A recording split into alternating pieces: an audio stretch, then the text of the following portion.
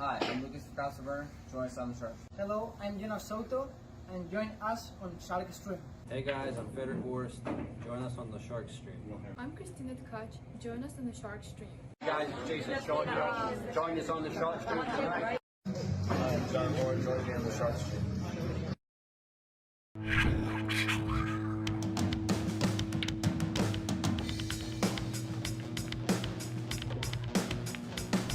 Joey hit the lights, Bobby grabbed the mic. Chicken, calling at you from the other side.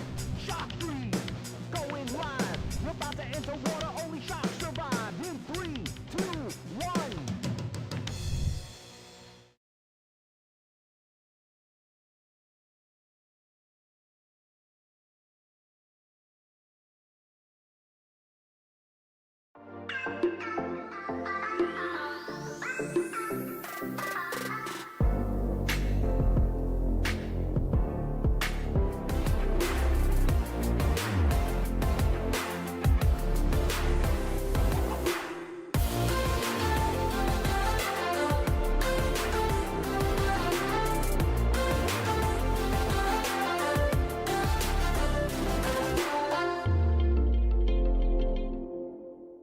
Salotto is the world's premier pool community.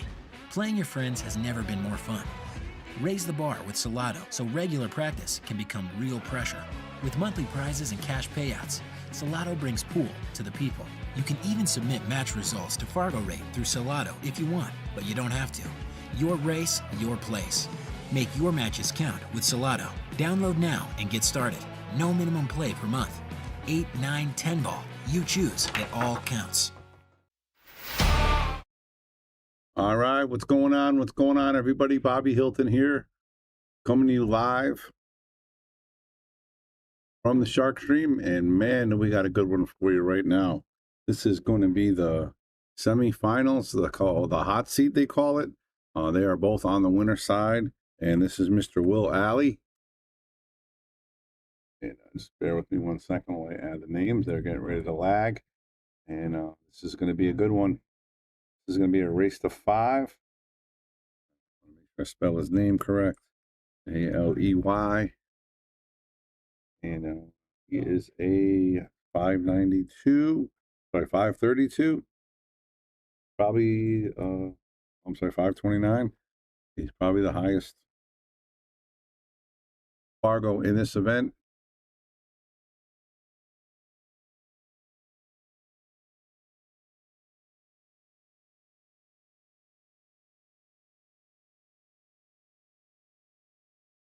At 29.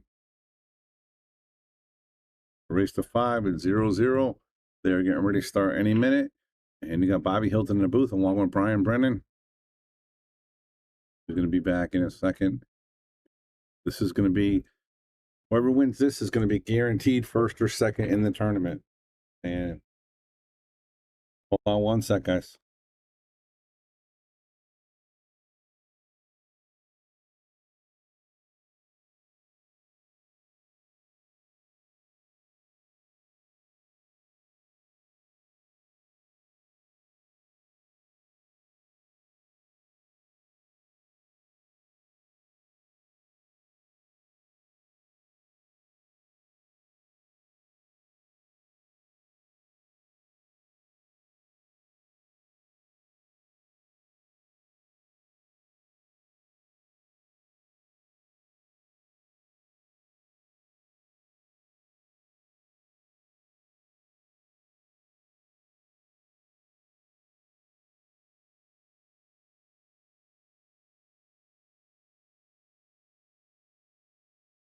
All right, guys, we got a special guest. We got Sean Barrett, the tournament director today. How's it going out there, Sean? It's going really good, man. I'm grateful that you let me host a tournament here. You know, I'd rather be in Connecticut and playing the great pool hall than go to Maryland or Pennsylvania to play the same tournament. I think we got good players in Connecticut that want this type of tournament that wasn't offered opportunity. And I'm glad that we have, Yale provides opportunity. I'm grateful. A lot of people had a good time, and no matter what happens, I've learned that there's always going to be complaints. It is what it is. Yeah, you just do the best you can. You got to be fair. That's all you can do. Yeah. We got a great event here, 64 players. We're down to the top 8 already. Yeah, oh yeah, So top 8. this is actually for the hot seat, Mr. Will Alley versus Javier Colon. And so this is the lag. So they're going to figure out how close is the lag. Look at this. Look at this. So what they're doing Jesus, is, so what they're doing, balls. closest to this rail, that bottom rail breaks. So it's a big deal. So he's going to stack balls there. I think the one has it. But The one have it from Environment, yeah, right. it's the closest to this rail. So he's got 1, 2, 3, 4, 5, 6 balls in a window. And he's got 1, 2, 3, 4, 5, 6 balls in a window. That's actually closer than I thought. Let's go to the overhead and see if we can tell that way. Oh, The yes, the 6 got six it. got it. How The about 6 got it. You never know. Never know. Overhead camera shows the 6 got it. Yeah, all the day. cameras are tough. You may have to go out there and make a decision on this. I don't. Looks like they figured it out. They agreed. They figured it out. Well, that's the way you want to do it. You want the players to figure it out. We don't want to get involved unless we have to. Do that. Joe Ratio, look at the bracket. Go to get your Fargo Up group page and check the bracket out. We're not telling you anything. Go actually follow our page and see who's up. Digitalpool.com. Yeah, Digital Pool has it, and we broadcasted the brackets on the Get Your Fargo Up page. I'm grateful for this tournament. It was a good tournament. Every player here got the green light or vouchered by a strong shooter that thinks they should be in it. And for our last player, I know a lot of people, Javier Colon's playing, the famous musician. Yep. I gave the room the option to say no or message me privately to say no. If one person said no, he was not playing. Listen, I mean, I think you got, how high did he go high in Calcutta? 200. He bought himself a 200 though. So he got himself. Well, he split with Roman Clark. Oh, okay, nice. So they got him, and then you got Will Alley, another good player, and so I mean, you got it again. You got 4, 5 good players left in it, or I mean, 6 great players left in it. So 8 actually. Anybody can win. So I'm gonna say this real quick. We got a player that nobody thought would be here. Yeah, he was bought for $40. William Crespo is still in the party. There you go. And he's guaranteed, from my understanding, in the money. He's 5th, top 6th. 5. Yep, 5th, 6th. You know, sometimes it's just a draw. Sometimes you're shooting well. You know, you can make a mistake. And I think he's a honest player. I don't think he is his Fargo where he needs to be. He got a good draw, and he capitalized on those stronger players' mistakes. Yep. And that's what it takes. You play good defense, you get some rolls. But, you know, doing these tournaments that are happening out here are going to be helping everybody in the long run in Connecticut get our Fargos where they need to be. I agree. I don't think, I think APA is doing the best they can as far as sandbagging. And now with you and the other directors trying to get more Fargo tournaments out there, I think it's only going to get better for everybody. I agree. All right, so here we go. This is, again, this is nothing. It's Javier Colon versus Will Alley. It's a race to 5. And we got Sean Barrett with Bobby Hilton in the booth. And we are live on Caffeine TV now, too. Caffeine TV. How about that? Congratulations, man. That's pretty dope, you know. Yeah, we're excited. We got a lot of positive feedback from it. And it seems like we're getting a lot of viewers from it. You know, it's just it's another platform that we have. You know what I mean? All right, looks like we got a safety coming up here. I would say just watching the stream helped you big time learning how to play defense. Yes. I would say for me personally, I'm very offensive. That kills me because I see the run out, but I don't have the control. Where watching the stream will help you big time with learn how to control the cue ball and let you pay attention. Even people that's 600, 700 Fargos, they play smart. Oh, that's a nice shot. Oh, the cue ball. Looks like he pointed like he might have hit the 8 anyway. But this is going to be a good match here. Both these guys can play real strong, real smart, and you can see Will Alley can jump. I expect a good match here. Yeah, Will Alley right now, the favorite, but we still got Mr. Petruzzelli in it, you know? Yeah, Petruzzelli and Javier Colon. I mean, a lot of good players left. Yeah, you do. And Christian Cabrera is still he's just on the lose side. Yeah, he just came in. He's still there. He's still there.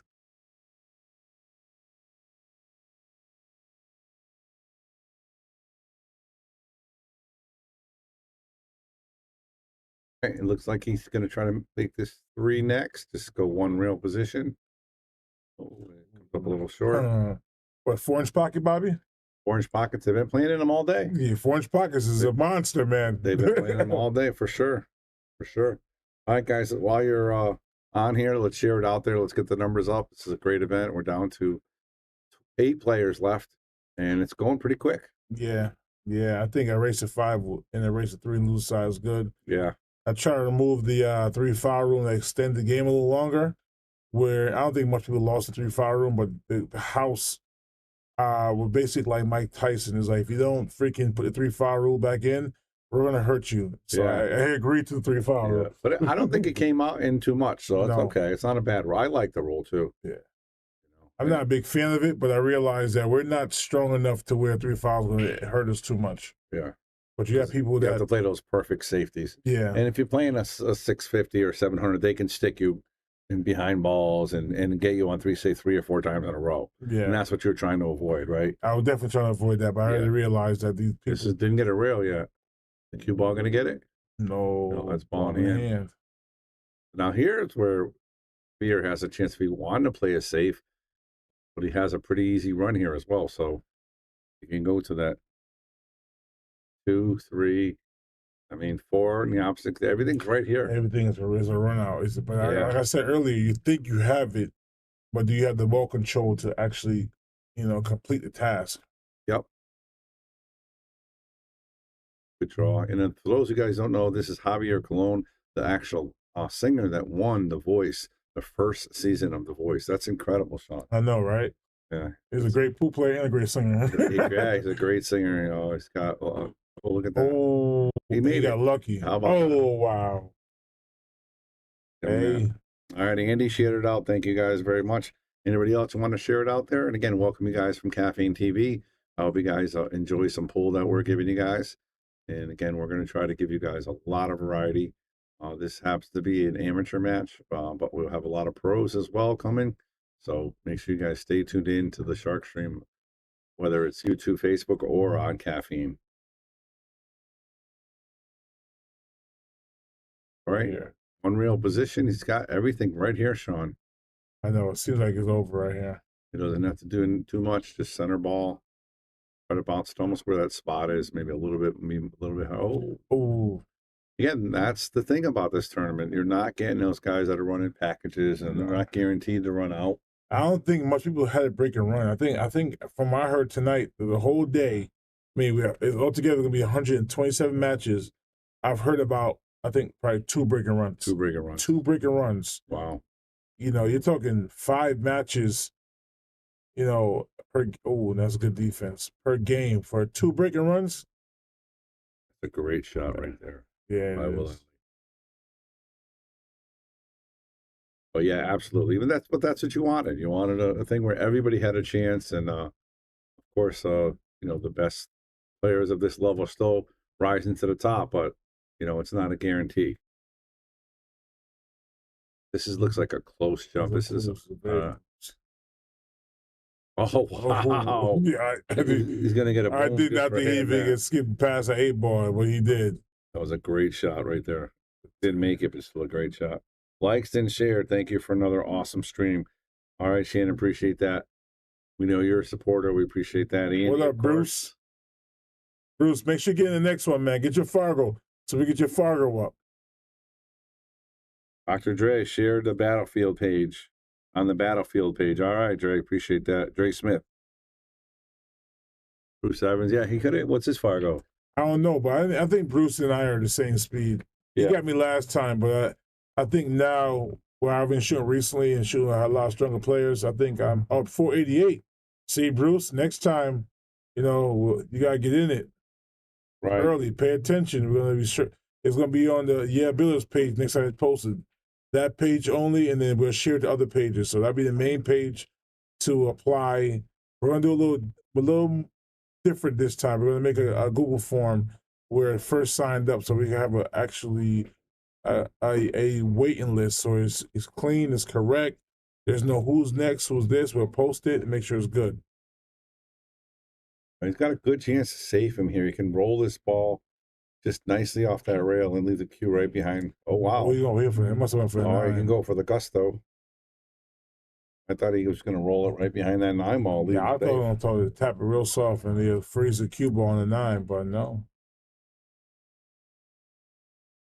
What do you think about your first big tournament experience so far? Well, I'm just glad you let me have it. The Calcutta went over a little bit, but due to weather, it kind of delayed us. But the race, I think, was good. Nobody complained about the race. It went well. We're moving pretty fast. For 64 players to be almost done before midnight, I'm happy. I think it'll be done, about 11, I think. 10:30 latest. Yeah, what time are we looking at now? 6:30? I think we'll be done. 6. Bobby, I think we'll be done by probably 8. Those last couple matches are going to start taking a while. When you get a race to 5 for the cash, they start to slow play it a down little a smarter. bit. Okay, Yeah, so cool. that's going to, I think you get to the final 4 maybe at that point. Then everybody's going to really, really tighten up. But, I mean, either way, still a great job. I mean, 64 players in one day. And Javier seems like he has to jump every 5 seconds here, huh? Yeah, Will is not being nice to him. Oh, he missed He it. double jumped. Let's check out that replay. He actually bounced it. Yeah. And it hit right before the 6, and then it went over it. No, it just double jumped it. Wow. Just right in front of it. Yeah. Very close. Well, the only problem here is he's got to get from the 7 to the 8. See, maybe me, I would have went to 6 in the side pocket here, cut the 6-7 ball, and make the. It's all about what preference. He likes to draw this, so he's going to draw it back, and now he's going to try to come off the rail and come right over here. Yeah. He needs to leave an angle, though. It can't be straight on the 8 ball. That's the problem. See, I think that's not screwing. No, he's good. I think so. You know what? This is why I'm a 6 and 9 ball. He can go perfect. He's going to come 2 rails. Yeah, but a lot of speed, though. He's going to come right here. Yeah. Oh, yeah, he didn't get the juice in. This is what I'm saying. That's a tough leave. I love those shots. So. Yeah, well, Bobby, you're a world champion, Bobby. There's a difference. You're a 2-time world Oh, wow. So that's a 8. So he's going to give him ball in hand here. I gave him the game. Sorry, Will didn't get the game. Javier should get this game. He's just going to tap this in for par. And he's going to rack. And this is why I rather just where it's easier to get the follow to come up table than to actually trying to do too much drawing. Yep. You can it's so much possibility of miscuing on the draw. Hitting it harder, soft. I agree. I like the follow as well. I think the foul's easier. It's all preference because some people like to draw. They draw real well. Yeah. Like Dave Gavish, he draws the ball all over the place. You know what I mean? I like Rob. I like Phil, but Dave's my favorite player. I'm sorry. Yeah, Dave's good, man. You hear that, Robin Phil? Sean don't like you. I like you guys. No. I like you guys, but Dave, it's something about Dave, man. That's my guy. Well, Dave gave me lessons after he kicked my butt on the Masters. But He's a great guy. You guys are all great players, but I watch you guys play, and you guys play very smart. And I've realized you guys pay attention to what is better. You guys don't go for the shot all the time. That's for sure. You know.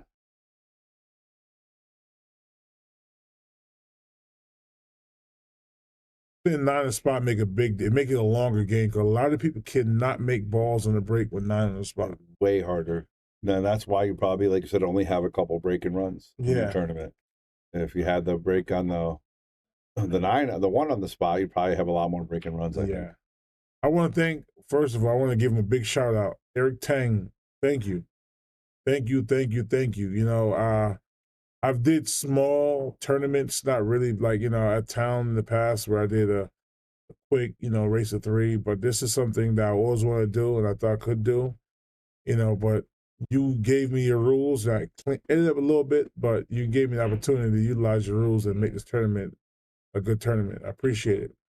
Yeah, Eric Tang's, he's been a staple in the pool community for, my gosh, probably 30 years. Yeah. Will's going to go a little long here. He's going to leave himself right behind that 7. Tough leave. Yeah. Towards the bottom rail. He's only going to have a half a ball to hit here. Yeah, that was so tough. Yeah, that was definitely tough. He's coming up this way. He only has a half a ball because if he comes towards the middle of the ball, it's going to hit the 9. So he had only a little bit of a window here. Yeah, that's a tough shot, man. Good tough shot. Oh. So the hard part right here is getting from the 4 to the 5, and then the 5 to the 6. So this is not an easy out. He's got a lot of work to do. So for me, Bobby, honestly, I'll put a little bottom on the 3 ball, and then put a little bottom left on the 4 ball, not overly hard. Yeah, that's what he wants to do. I think it's a lot of draw with the next 3 balls. Honestly, my personal preference, my view. Oh, he's gonna follow now. See? I wouldn't do that. Nothing wrong with that. Well, he's gonna draw. He's gonna try to slide it over here. Orange pockets everywhere goes. And draw. Not bad. Yeah, he's gonna try to go a little bit more. So now he's got to come this way. He's gonna avoid the 7. He's gonna avoid the scratch. He's close to over the 7. This makes it a lot harder shot. Nice shot.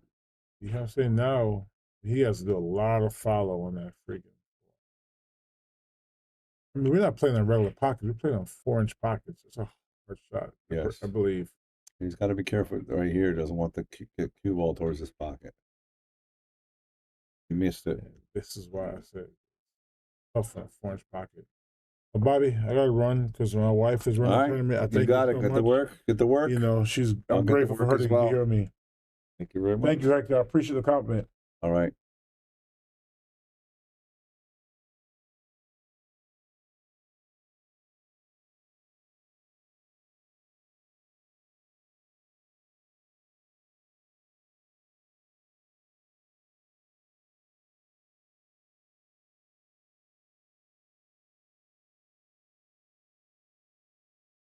Overcut that. Brian Brennan's back in the booth. What's going on, Brian? Howdy, howdy. Let's get the sharing going, guys. Let's get the numbers up here. We are on Caffeine TV, and we are on Facebook and YouTube right now. Here, trying to get on this 7 ball. Left spin on it. Watch out, Q.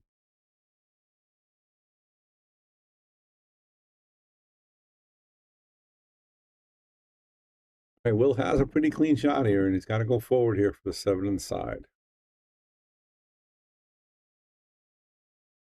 I was gonna say, sometimes when those balls are that close together, it's hard to judge the angle, but Will just drilled it. Yeah, he did. So who am I to say? Not easy shot either. He's got to come back and forth to get on this 8 ball. Good shot. Easy, but not bad. Not bad, yeah. Should be Fee's favorite to get out here for sure. Got to go forward. He can play this in the side or the corner. I like the corner. I like following up off that bottom rail so the 9 ball come towards us. So he's going to go for the Side pocket. Yeah. Yeah, he's calling it. These side pots are pretty hairy sometimes, guys. You got to be careful. Is. Look at those legs just sticking out at you. A normal table, the pockets are that big, and that makes a big difference when the 2 1/4 inch ball. So Will at least definitely can make this. But does nice shot there, Will Alley, and it is 1-1. Race to 5. Buckle up, guys. You are watching. What's the name of this tournament? The Get Your Fargo Up 5:30 and Below 9 ball tournament. Get Your Fargo Up 5:30 and Below tournament. And again, we're playing with the 9 ball on the spot here, so it's a lot harder to make that wing ball, Brian. Oh, you haven't seen more than one wing ball today. Bobby, not a legend, and Brian, not the chicken in the booth. You got that right, Andy. We'll call it Diet Bobby and Brian. Well, except for when Chrissy's standing outside the door and looks at us both and goes, "Diet, really?" Yeah, yeah. We could also, like I said to our friends, they have a Brian and Bobby Light. Walmart, maybe. no Walmart, Walmart Bobby. Hey, let's see. Or maybe Walmart to be a sponsor someday. Let's keep that door open. Hey, listen, I'm happy being a Walmart. I'm all right with that. That's good stuff. Sean's running a really fantastic tournament. This can't be his first time running a tournament. He's run a couple little ones at other events. This is his first major one. Like 64 plus kind of thing. He's just hustling it right along. I can't compliment him enough. Well done. Yep. He's got his wife up there helping and pushing buttons and getting the computer going. That's a big deal. Oh, every bit of help you can get is awesome. Now look at this. This is a fortunate break for Will. He's going to leave Javier. No shot. Really nestled up behind that 7. But he can push here, Brian. He doesn't have to play this shot. In fact, I would strongly advise that he does exactly that. Yeah. Be a hero, just get the cue ball in some unfortunate position. There you go. That's exactly what he did. Smart move there by Javier. And for those of you who don't know, especially on Caffeine TV, if you go when you do a push out, that means you can push the ball to wherever you want, and your opponent actually has the option. They can shoot it right where it is, or they can give it back to you. Obviously, Will elected to shoot it, so he took a swing, and now Javier's got a great opportunity here. He's got a nice little window to get that cue ball up there past the 7-2.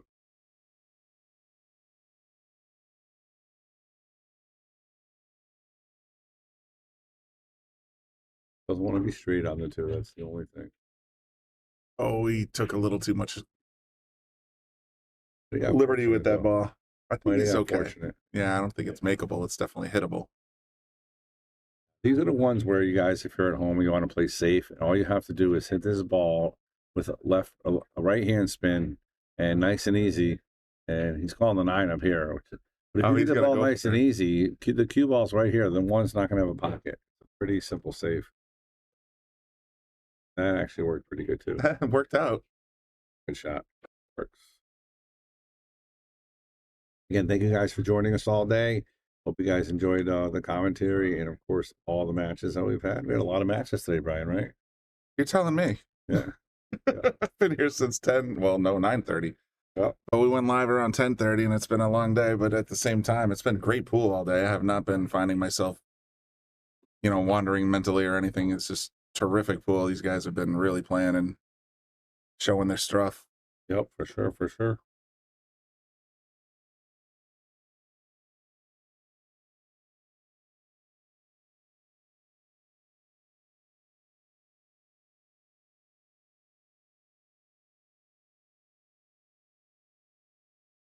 Like Javier's going to go off the bottom rail here.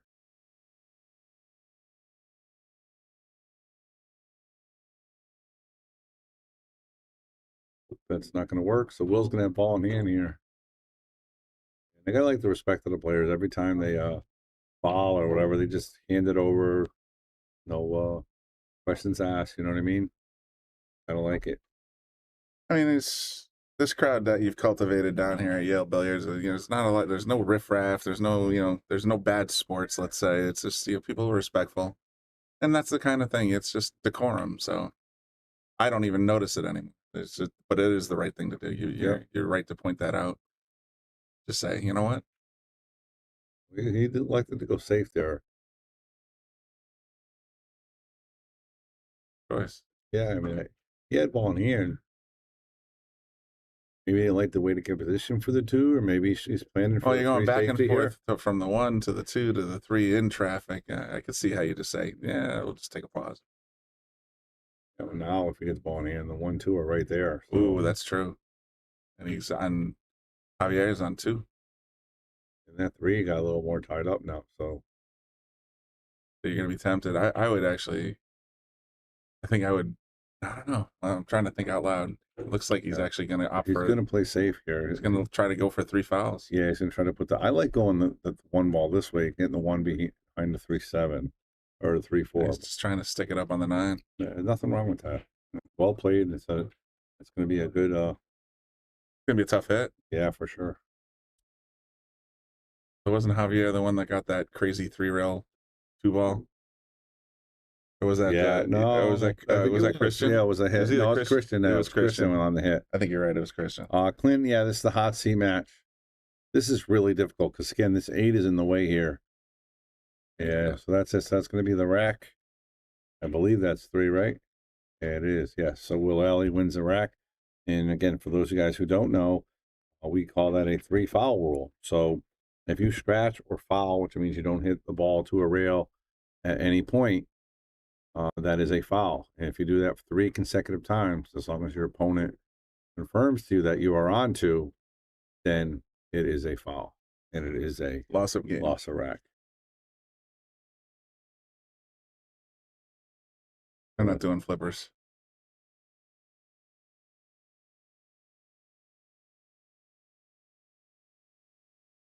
You going to break?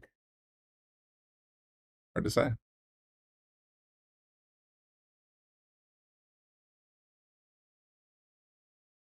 taking a quick break. While we do that, we're going to ask you guys to do your due diligence and share it out there. Get the numbers up. Had a great couple hours of pool left here. Down to the go to digital pool. I'll actually go to digital pool right now, Brian. How about that? Other one. Oh, you got the right one. Right, and let's see here. Good. This is the hot seat, and we got 2-1 right here. Let me go down to the. Willelli's back and ready to rock and roll, and it looks like Anthony Petrozelli is playing for 5-6. He is up 1-0. He's down 1-0. I'm sorry, over Christian Cabrera, race to 3, and we got Tony Blaze versus William Crespo, and that's going to be a race to 3, and they are just about ready to get started. It is a race to 3 on the 1-loss side, a race to 5 on the winner side. The winner of this is going to have a nice little break. Yeah. At least an hour and a half. Take a little dinner. Yeah, absolutely. Get something to eat, go to the bathroom, do what you got to do. Then the other person's going to wait for that. Only one match. Won't be too bad. Race to 3. So, yeah, those races at 3 go by quick. I mean, we're talking 25 minutes tops. Yeah. It's basically bang, bang, bang. So Yep. should plow right through to the end. All right, Will Alley breaking up 2-1, race to 5. That's a miscue. Re-break. That's why I dove after the cue. If it hits the rack, then it's a foul. If he can avoid hitting the rack, then he gets one more try. If he does it twice in a row, just like in tennis, then you lose the break and your opponent comes in. He wasn't going to let that happen, though. Oh, he smashed him pretty good, but he didn't make a ball.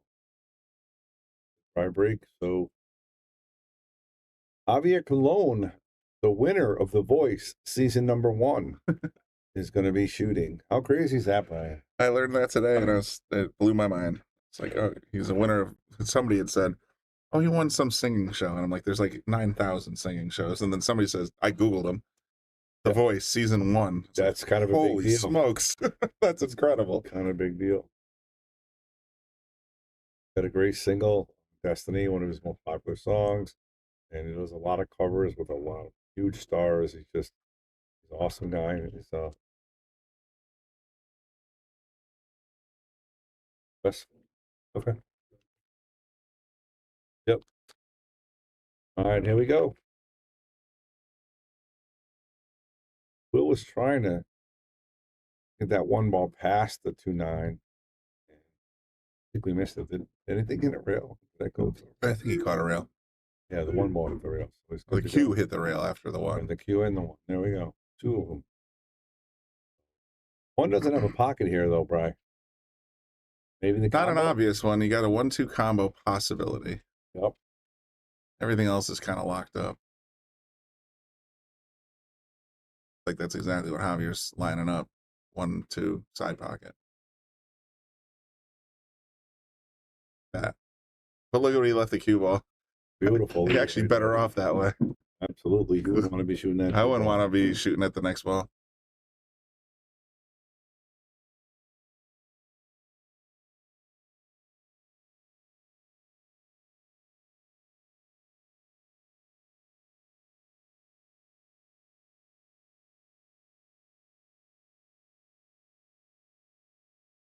Great hit. Good contact. That's what you're looking for.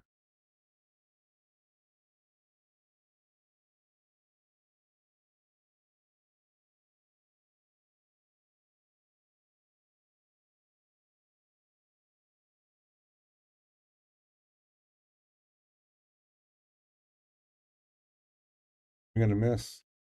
Didn't quite get there.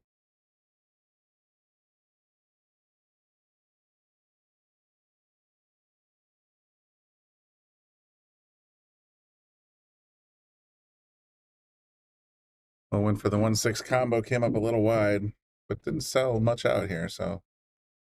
Shots are so tough, man. Can be. So tough. Combos on the 4-inchers.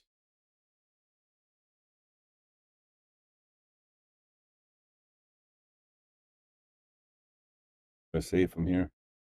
Get him behind that 3 ball.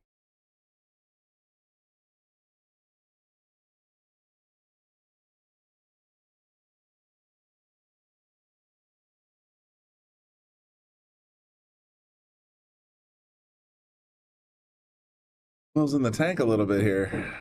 Yeah, I think somebody on table 4 is like. Oh, you think it's human Yeah, traffic? you just kind of wait. Yeah, kind of wait. Wait his Could turn. be. Could be.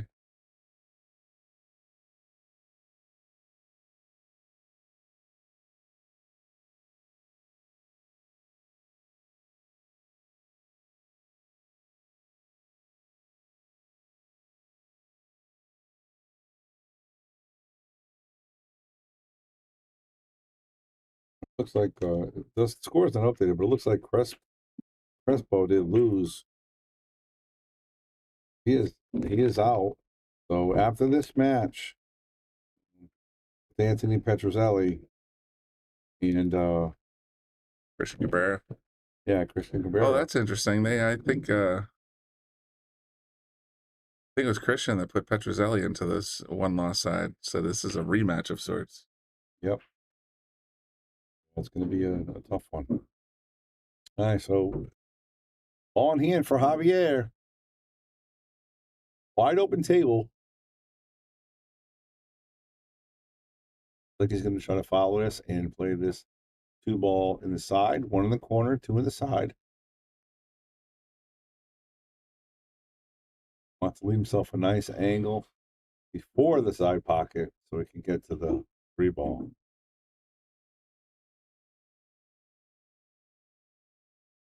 Well struck, I like it. I'm just going to hit it with some straight draw, and he can play that 3-ball all the way up in the corner.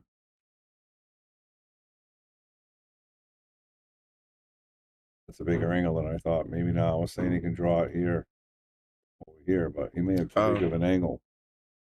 Jim's correcting me and said that Will Alley beat Anthony. Okay. So so those guys hadn't played each other yet. Oh, okay. Christian Herrera. Boy, that's going to be a rough match, too. Race to 3. 2 powerhouses in this tournament. Christian's up 2-0 right now. Race to 3. Woo. Christian's been on fire. I was surprised he lost, actually, to Will, but well, I expect that Christian's going to be a favorite to go through. Well, look at this. I mean, they were talking about Javier Colon. He knew Javier. He knew nice shot. He knew Christian when in high school. Yep, 30 years ago. And they lost touch. And he rooted for him on The Voice. And one of Javier's song was their wedding song. So how crazy is that? And he didn't even know. And he said, man, if I knew that, I would have came to your wedding and sang it for you. Oh, no. Oh, that would have been so crazy. So maybe if they have an anniversary or something coming up, you know. Yeah, no, let's do our vows or something. Cool I got a guy. I got a guy. That would be cool. You definitely don't want to tell her either. Oh, there's a swing and a miss for Allie. Gotta let it roll. You know the kind of rules, Brian, when you're playing with the top pros and stuff, that cue ball has to come to a dead stop. You can't touch it. If you do, it's a foul for you. Another foul, you're on 2. That's why you never put your hand in the pocket. That's why you never, like literally, your best advice if you're in any kind of tournament is you miss, walk away. Yeah. And just let your opponent come in and grab the ball. Well, here's the thing. This is kind of, the referee can grab the ball too. That's kind of funny. The ref's fine. But listen to this. So when you're playing in a Predator tournament, they have drop pockets. Okay. Sure. So when you go around and you take the balls out of the pocket, it's kind of respectful. You're trying to help the referee or helping the other players feed the game. Mm-hmm. So one of the girls shoots the 9-ball. The cue ball's rolling. She reaches her hand in the pocket. Cue ball's not anywhere near a pocket, and takes the balls out of the tables, and the referee calls the foul. Really? Yep.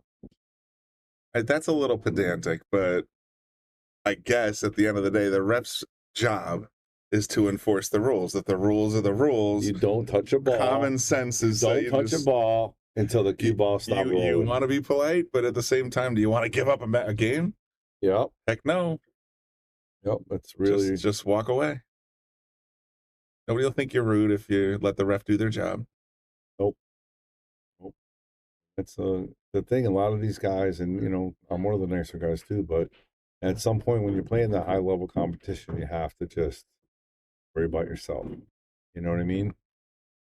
Take your shot, walk away. And here's the thing: it usually doesn't happen to the best, most competitive players.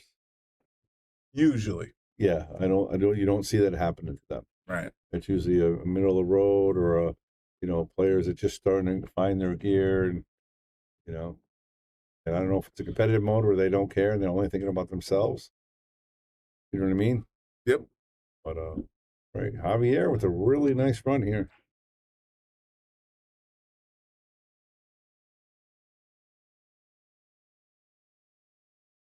Yeah, I mean, if you're playing in someone's basement or if you're playing in a pool hall and, there's, even table stakes at risk, whatever. I'll be in the nick, grab the balls, help out a little bit, that kind of stuff. But when you're in that professional table experience with $100,000, let's say, on the line, yeah, you shoot, you go back to your chair, you sit, you remain motionless until it's your turn. Absolutely. And then you get back up. For sure. That's it.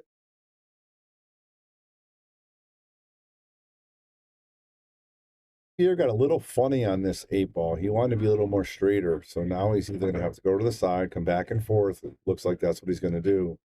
Now it's all about speed and making the ball here. Pull in the corner and followed off the side rail. See, I like just following it into the corner and just bringing the cue back towards the center of the table. It's, and wherever you land near the center. Yeah, but I think the problem with that one is cue ball's going to want to go towards this corner. So the side, I'm sorry. So he's going to come that way. So if he goes to the side, he has no chance of scratching unless he hits it really bad. And he just got to make the shot. And he hit it really bad. And that's the only way he would scratch. That was unfortunate. Yeah. So now Will Alley is going to be up 3-1 here. So if he hit that ball with high or anything but draw, a little less speedy, that ball comes, and he's perfect, But because he hit the low English on it, it drew that ball towards the corner and it went in. So Will Alley with a chance here to go up 3-1 and a race to 5. That's not insurmountable, but it's a pretty big score. Quick word.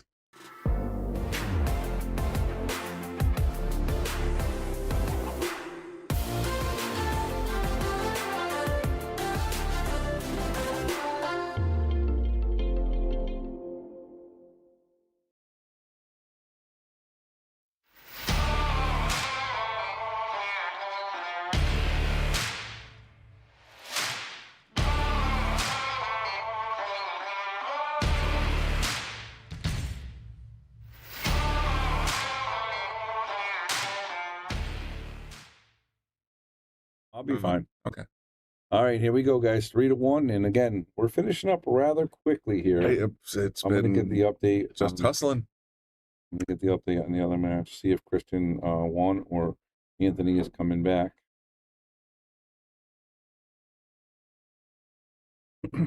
Christian's up 2-0.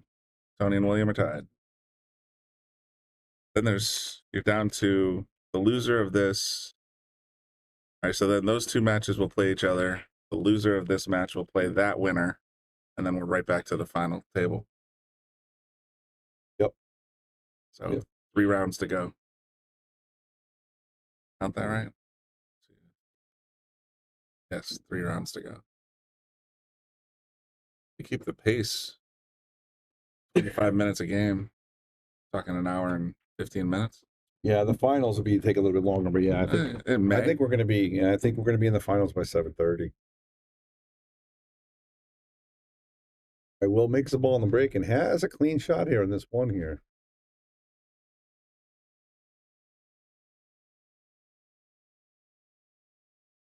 He has a tough shot for the 2. Yeah, he was trying to drop back because he really had no pocket for the 2. Right. But he tied up Javier's 3-ball now. So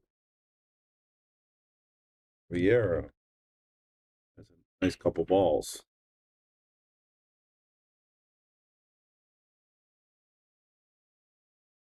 Take the template, put it on the shelf. Don't even put it on the table.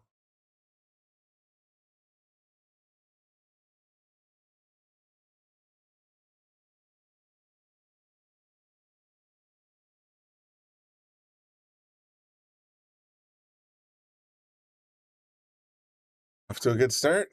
So now he's got to figure out what he's going to go with to get this 3. The narrow window between the 6-8, but I don't even think Lucas would try it for something like that. So yeah, no, if you look at it this way, that's going to be real tough.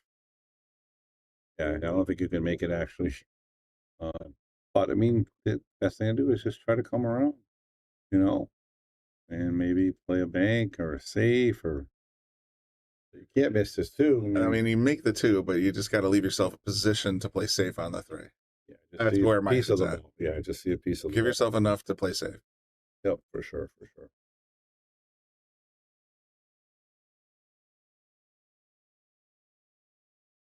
Be right back.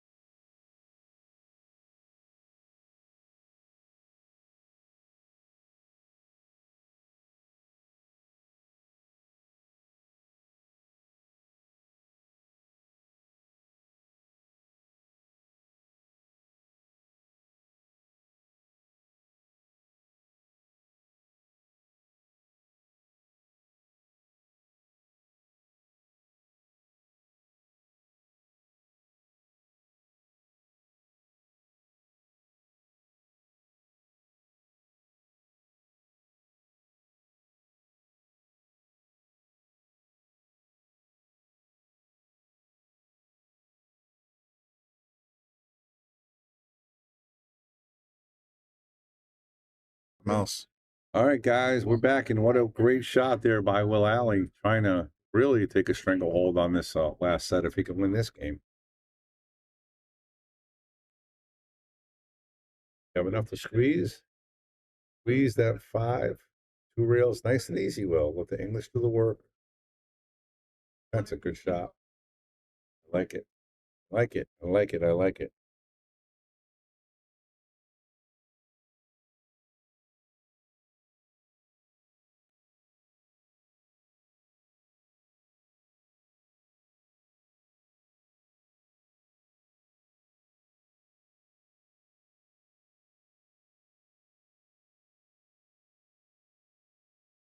Strong shot right there. And all he's got to do is make this with some stop or draw it back a little bit, Brian. And he could look like he's going up one here. But it's not easy. It's not over yet. Oh, this takes so much precision and stroke. Keep the cue under control and make it into that tight pocket. Yeah, that's the tricky part. Got an unfortunate leave here. You might want to play the 9 here and call it just in case. Play the 8 ball in here. And the cue ball is going to roll naturally. It's going to roll outside the 9. I don't think it's close. Got to call it. It's going towards it. As long as it doesn't draw it, it's going to go towards it.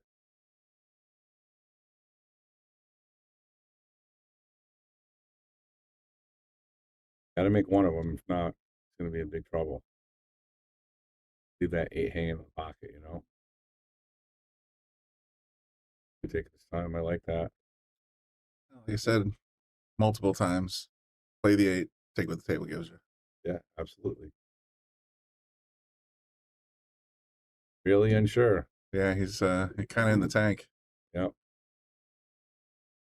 And sometimes that 9 ball looks a little too appetizing. You know what I mean? Like you said, want to play, just make the 8. Call the 9 just in case you can, you might miss it bad and hit it thin and then make it. You know what I mean? But ideally, you could possibly make them both.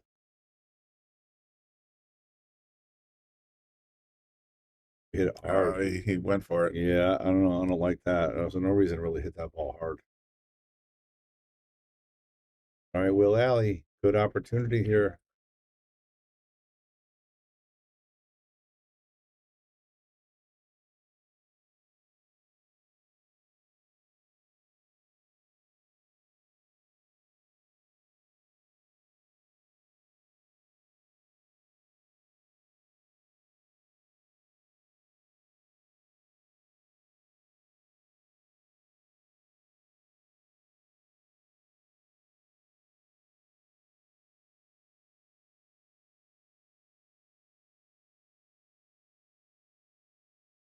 Hey, Will Alley missed that, so we're here with another opportunity. All right, guys, we're close to 100 viewers. Let's get the sharing going. This is a great event. We're down to the final 6 players, I believe, right now. So it's gonna go fast and furious, but let's get the sharing out there. I like that. I like that. Where is it gonna end up though? That's the $1,000,000 question. Little close here, little close to your work here.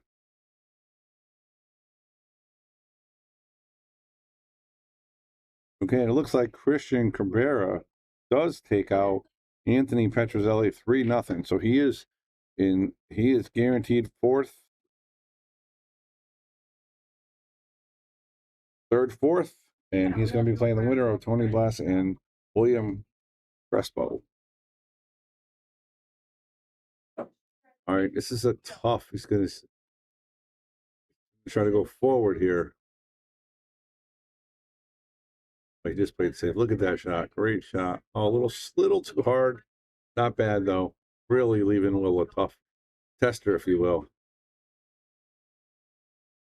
Great shot there. I'm going to give him a boom for that. Great shot. Smart play. And if Will makes this, well-deserved. Doesn't want to leave it hanging. And he makes it. That's a great shot by Will Alley to go up 4-1. And we're going to be down to, we're going to need 3 more matches after this, Brian. I believe so. That's it. 3 more matches. Christian took out Anthony Petrozelli. He did. He did. And it looks like Tony Blaze is on the path. He's up 2-1. Nope, it's over. I think we're going to finish. Oh, that's it. It's over. Yep, there it is. Tony Blaze takes it down. So Tony and Christian will play while we're watching the rest of this match. Yep. While Tony and Christian play, the loser of this match. I think they're going to finish on 4. I think that'll be the rest of the matches. It'll be on 4. It's up to Sean, isn't it? Yeah, I would think so, but I would suggest that. Yeah. I mean, they're not playing bad on this table by any means, but just to show their talent, you know what I mean? Most of these guys aren't used to playing. Put it this way, they just fired up Christian and Tony on table 4. They got to stay there the rest of the night. That's what I would do. That's what I would do. Going to do. And this break here, he doesn't have a shot though. It makes the ball. I don't think he has a shot here. Unless somebody comes in and is like, I want to play on table 8. Just stay on 4. Because the next 3 matches have to be sequential. Yep. That's what I'm saying. Just finish it out on 4. And you can't let the players dictate where you're playing. And I just think for viewing, for ease, just stay on 4. Completely agree. He's going for it here. He's not pushing. He's going for the jump shot.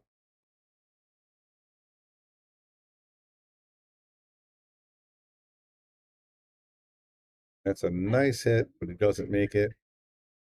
2 ball hide behind the 4-6. Might be able to see a piece of that 2 ball to play a safety or at least hit the edge and make it come around. All right, Brian, let me step off for a few minutes. Then just so you know, Brian's going to be leaving after this match, so I will definitely take us home. But I give a shout out to Brian Brennan. Make sure you guys say thank you to Brian. He did a great job all day. And definitely talked a lot of pool today for you. This is Bobby Hilton, and I'll be right back. Fucking pool all day long.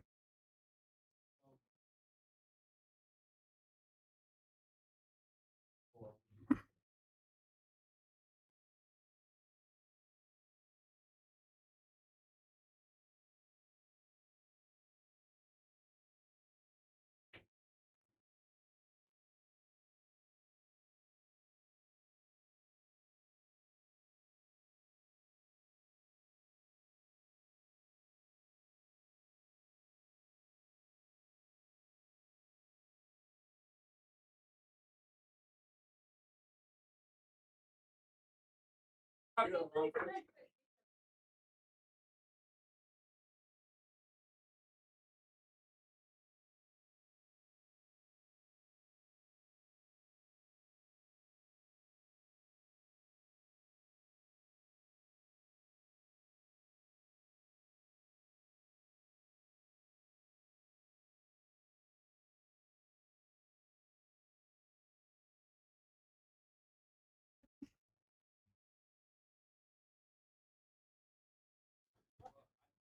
thank you, Shannon.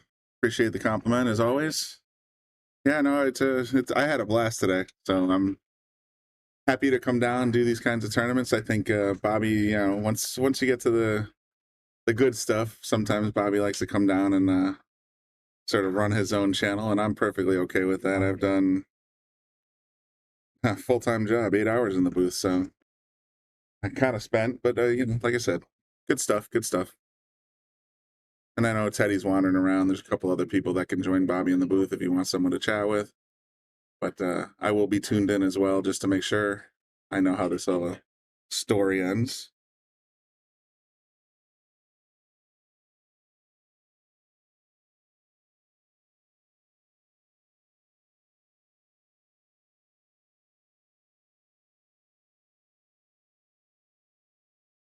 Well, Allie looking to put it away here. He's got a good chance to get to at least top 2. Oh, I'm kind of spoke too soon. That's going to be tough to play this 5 ball. I don't think it goes by the 6. Yeah, yeah, little rub-a-dub. And Javier.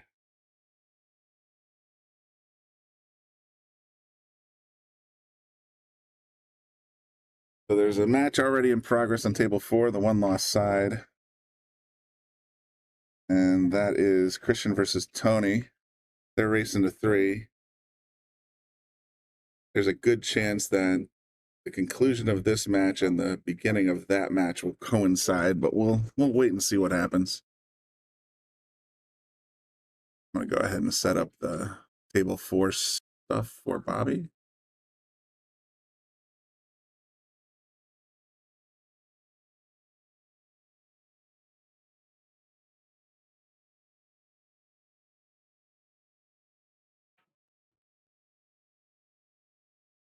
Right now, table 4 red.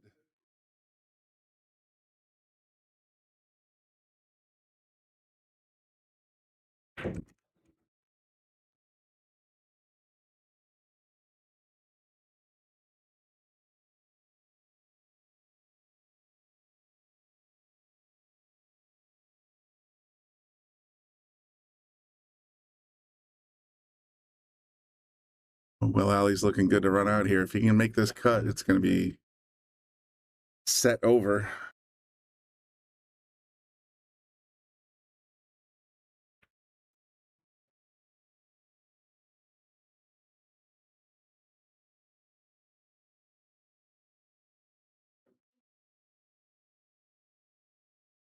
At least I thought it would be, but this is a very difficult shot off the rail, long distance down the table.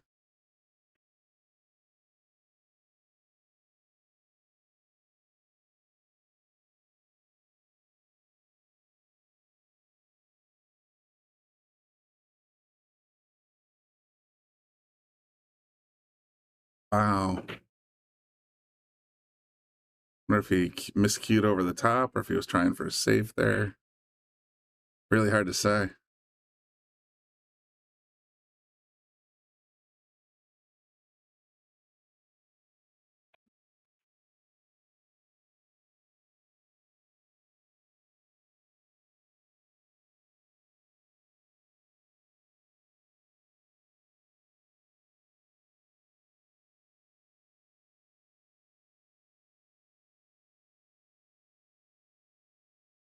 Big opportunity for Javier to catch up in at least one game.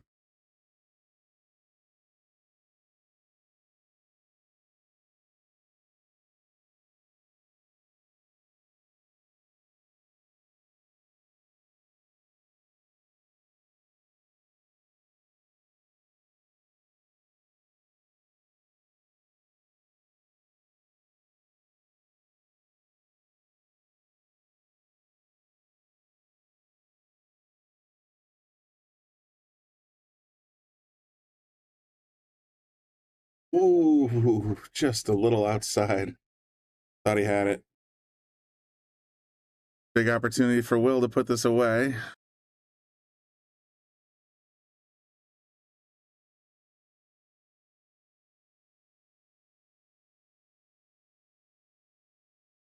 Sending Javier to the one lost side. Wow. He used the whole pocket, but it got there.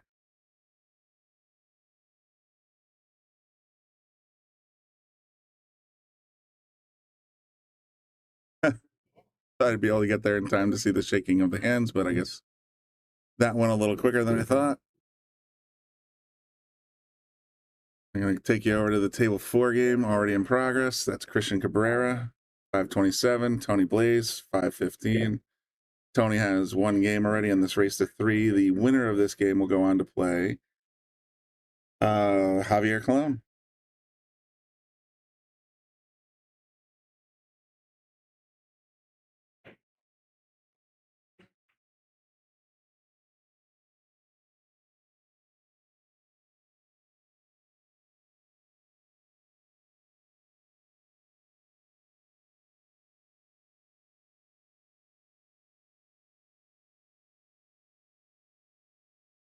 I'm good, Brian.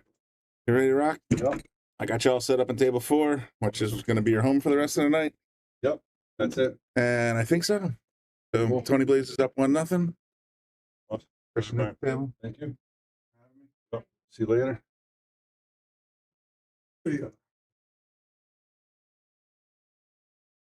All right, looks like Christian's going to go for the 9 here. He doesn't get it. And he's going to leave Tony a pretty clean run here. And Tony's got his whole crew here from Racks. They're all here hanging out, checking out the stream, checking out the tables, and checking out their guy Tony, rooting him on. I love to see that. He tried to draw that back. Didn't quite get it. Came a little short.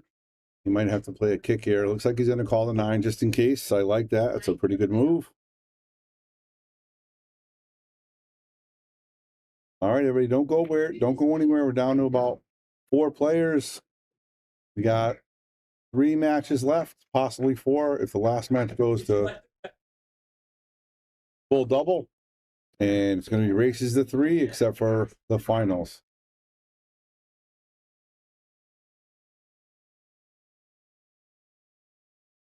All right, Christian's checking out this 4. He's figuring out what's the best way to play it.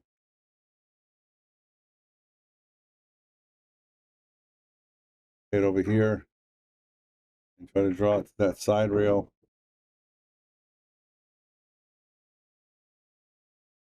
It's a good shot. Came a little closer than he wanted to, but he might be able to get this into the side pocket. So he has a shot here. He can play this in the side. Oh, I don't know what happened with the line there. But he can play this in the side and try to trickle that cue ball up just a hair, just enough to get the 6. Doesn't need to go too far. Just make the 5 and stun the cue ball a little bit. Oh, look at that. He drew it back nice. Great shot. He's going to get a boom for that. Now he's home free if he can make the 6. He's going to make the cue ball. Run up over here for this 7 in the side. All he has to do is really just make the 6. Nothing crazy. You don't want to draw it too far. Tap it. Again, this is the tighter table, but it's not 4-inch pockets. These are 4 3/8, so they're a little tighter. And look at that. He hit that really nice, almost following the lines perfectly. And now he can just roll this cue ball forward. And he wants to get the cue ball into this area right here. I mean, maybe a little bit longer because there's a little more angle, but right about here. Then he can follow the 8 ball for the 9. Get back up there. Almost. Not bad, not bad. Still makeable. Now he's going to hit this with some high English. And he's going to try to get this cue ball right over here for the 9. If he's a little longer, he'll be okay. Like up here. But you got to make the shot with high English cue ball. 1 reel. Christian Cabrera. Big rack here. Don't want to be down 2-0.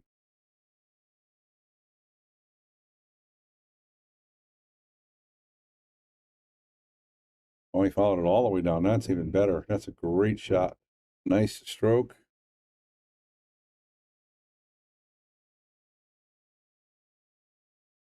Right, here he is shooting the 9-ball.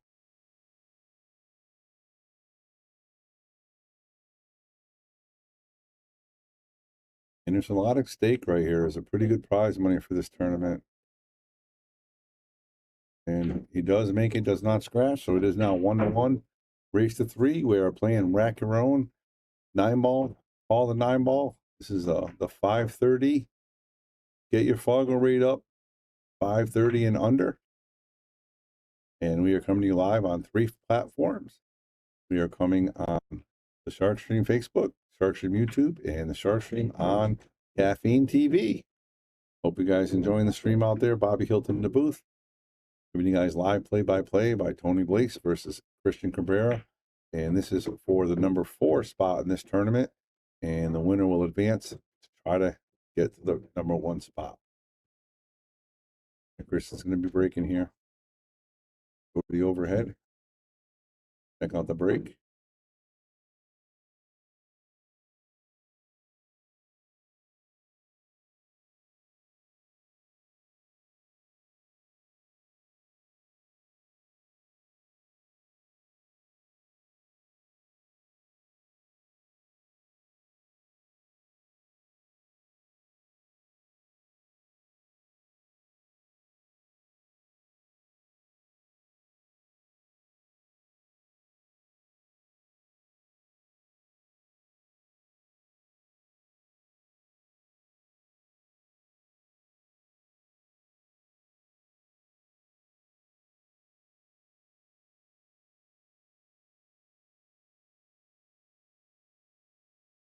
Andy, I'm not sure.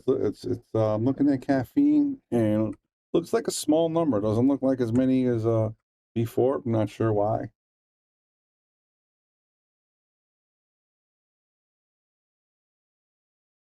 But that's okay. I got over 40 right now. So we're over 100 plus on both events.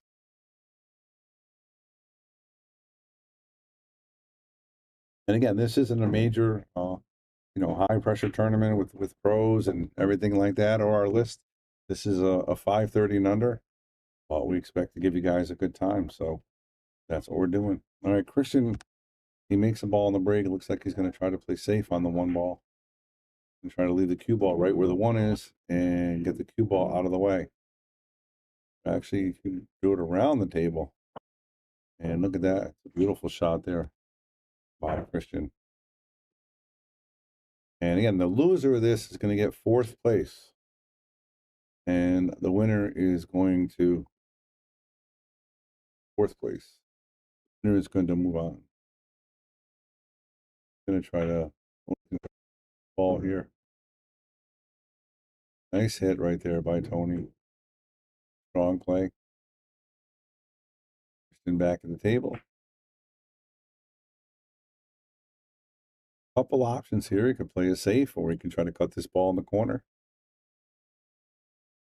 He's looking at it now. He's trying to go this way and just bring the cue ball back over here for this 2 ball. Play safe. He can definitely put this cue ball this way. I'm sorry, the 1 ball this way, and leave the cue ball right in this area. So let's see how he decides to play it.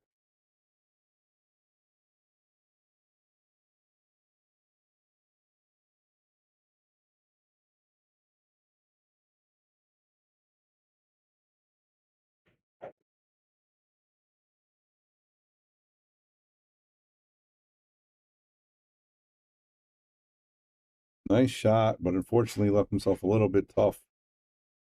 Look, he has to shoot over this 3 ball. That's going to be a little bit of a hassle here.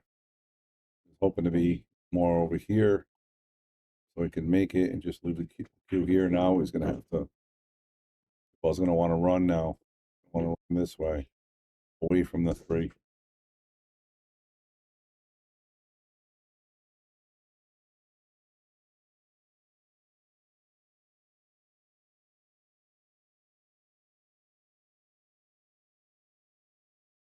Nice shot, and it ran away, but he He left himself a pretty solid shot here, and he can hit this with some bottom left-hand spin and try to get the cue ball over here for this 4 next. If he wants to hit a little hard, he can try to put a little less left and come a little farther. So, and then he's pointing to us. He's trying to get close to that circle, I believe. That bottom left-hand spin on it. Underdog 8 has 54 players already. Any APA 5s and under want in, there are 10 spots left. We just announced it, or he just announced it yesterday.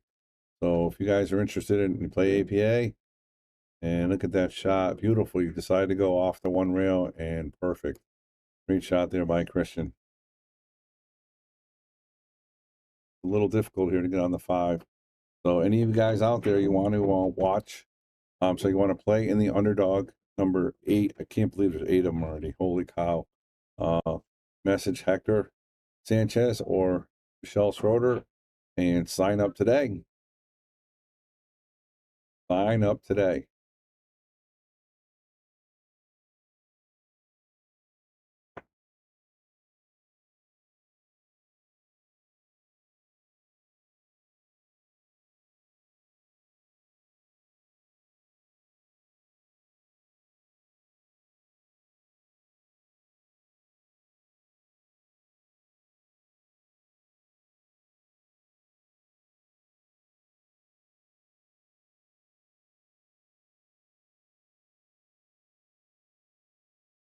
So it looks like he's going to use the bridge.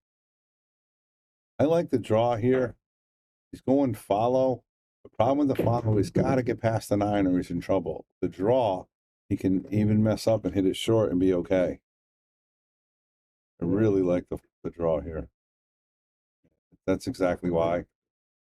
If he draws it there, he has, even if he draws it short, he has a chance to play safe, or he can play the combo, but that way he comes short, he's going to be blind. He's going to call the 9 ball here, so he's going to go for the kick.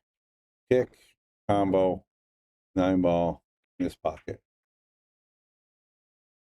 I already made one of these shots today. So if he makes 2, I might lose my mind here. All right, that's a great hit. Doesn't hit the 9, but still avoids giving him ball in hand. So Tony has a solid opportunity here to go up 2-1. He's got to make this 5 with a little bit of drawback. He wants to pull it back to about here. So he has an angle on the 6 ball. Maybe going forward. You can do that too, but it takes a bigger stroke to do that. He does. Good effort there, but didn't quite get enough. That's why I like the draw there. Again, everybody plays a little different. Now he's got a tough bank, but very makeable. Try to bank this ball. And get the cue ball over here so we can make the 7 in the same pocket. Oh, he hit it hard. Wow. We had a great position on the 7 if he made the 6. Now Christian's back at the table.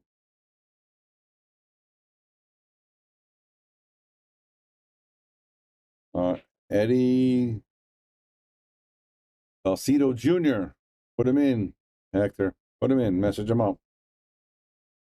Andy Gow at the moment, 44 people watching on Caffeine TV. All right. So we got over 100 and something watching this fantastic matchup between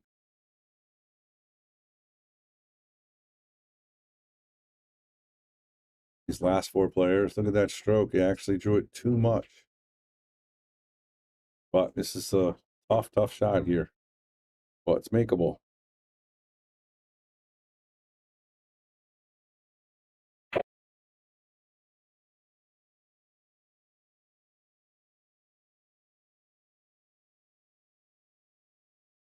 Very tough. He's got to avoid this pocket right here. And he's got to make the shot. I think he might just play safe here.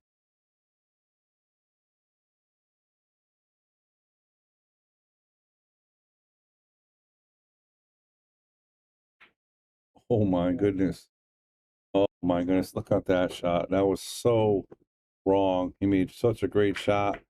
And he just no reward. And the cue ball actually curves and goes down towards the pocket, and it's unfortunate for him. So he's gonna be straight in. He's gonna go up 2-1 here in the race to 3. You can see you got Rax Billiards, Vernon, Connecticut, right there. That's another pool hall about half an hour away. Mr. Pete Brown owns it, and he does a great job. They got all his guys here supporting his room, and they're doing a lot of good things there. They actually have Make a Score Tour. Lance Scotty does a lot of streaming there, and they have a bunch of smaller 7-footers. They have two diamond bar tables, I believe, and they have a diamond 9-footer as well. So, very cool. Nice room, Vernon, Connecticut. If you're ever in the area, check them out. Pete Brown's real. I like anybody that's positive for the sport. And when you're doing stuff to support your business, you get good people like this guy Tony, obviously supporting his room, wearing their colors and stuff. You got to respect that. So, yeah, it's a good break by Tony.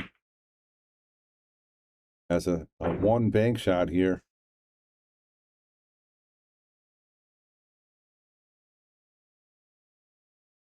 And this is the last 3 players left. Winner of this is going to be, 3 players left besides this. So whoever wins this will be in the top 3. All right, there we go. We got some Let's Go Tony. Let's go Christian. Isn't Connecticut Valley Open done there too? Yes, they are doing that. I think that's coming up pretty soon. Hector, I don't have the dates in front of me, but absolutely. Let's go Tony the Tiger. Go Christian. All right. We got a mixed field here. Love it. Love it. And of course, we want to see Hill, obviously. Always want to see Hill on the shark stream. And Christian's not going to give up, so he's going to play a good safety there, trying to get that cue ball. Oh, thank you very much. Appreciate that. Long day, Rob. Long day. All right, here we go. Gonna have to play a kick shot here.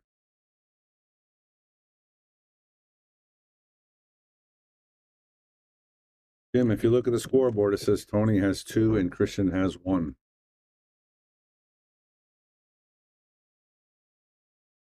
You know Jim Volhart? I know Jim Volhart very well. Yeah, and it says Tony 2, Christian 1, and he's like 2-1. I don't know what he's talking about. It's up to them. They have digital pool. We can't get involved. Oh, that's the correct score. Yeah. No, I don't know what he's doing with it. Come on, Jim, get your stuff together. We got Will Alley in the booth. What's going on, Will? Hey, I'm working hard, man. Working hard. Yeah, you're doing fantastic.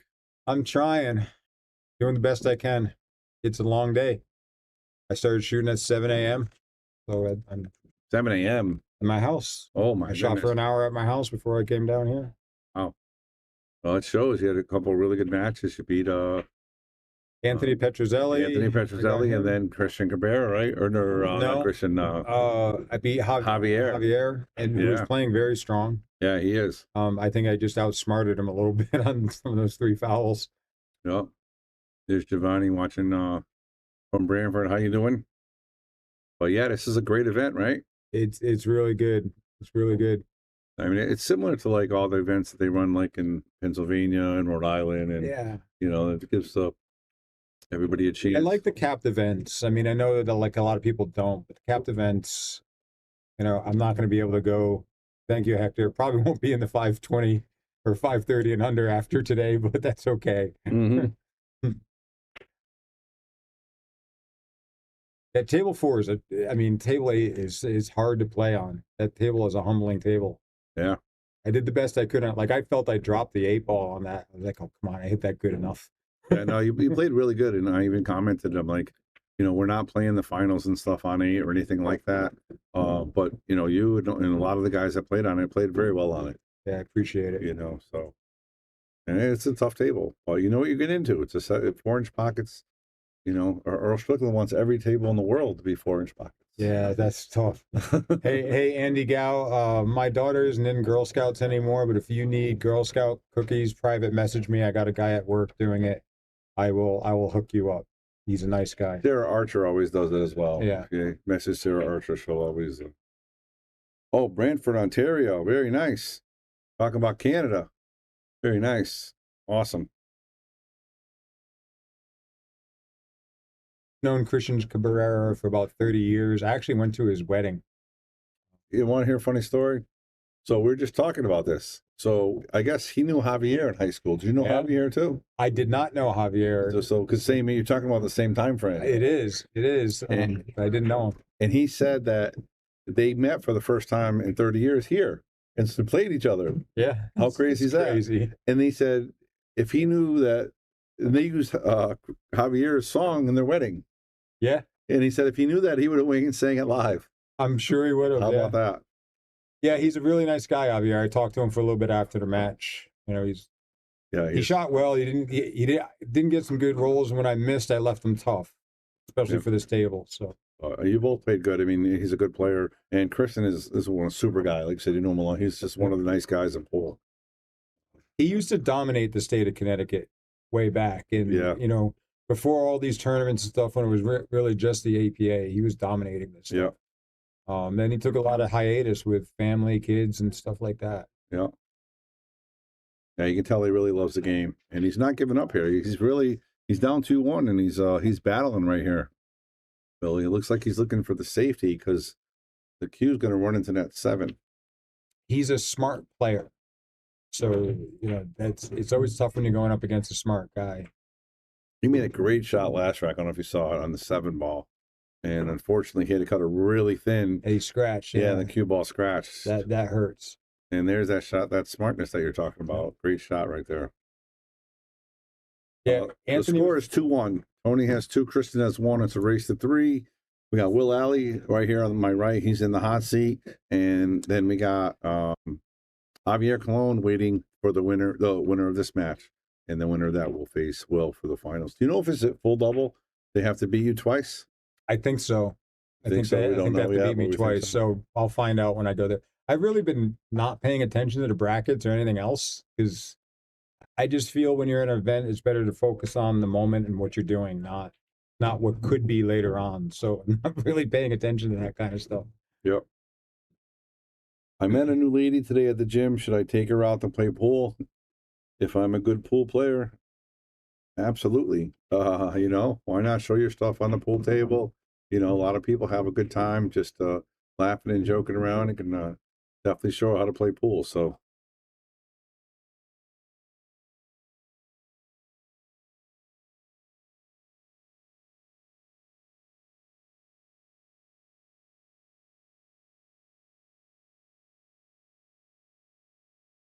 I agree with Will. Just focused on the job, not the million of variables and who may play, et cetera, et cetera. Yeah, that's easier said than done, but yeah, that's a great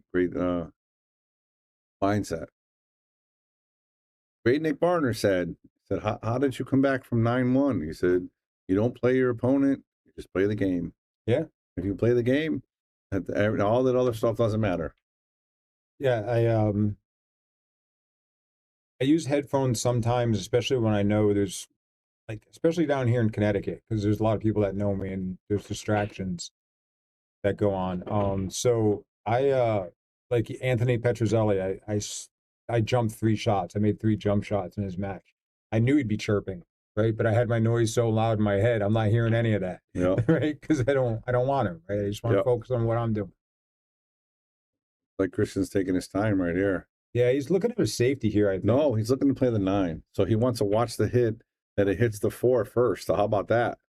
And there's Oscar. He's going to get the video camera out. So let's go to the overhead. What is he trying to do here? So he's trying to hit the rail, hit the 4, hit the 9, and the 9 in the. So for me, when the other guy's on the hill, this is too risky of a shot. I'd never be playing this. Because he only has a half a ball there. Yeah, there's much better safeties available for him here. You kidding me? Oh my God! Oh, he almost made it. Oh my God! Holy cow! But look at what he's left. He's very fortunate, but I mean, look at the way he almost made this, in the way he wasn't intending it. I'm not sure it was legal, to be honest. Wow. They might say that in a second. Looking at it a second time, I don't know. They're allowing it, so he's going to try to draw into it, though. He must have called the 9 already. That. Oh my God! So they both tapped it and did make it, but he's going to leave Christian tough here. Yeah, they didn't land, so that's kind of what I thought. I thought that was a foul, but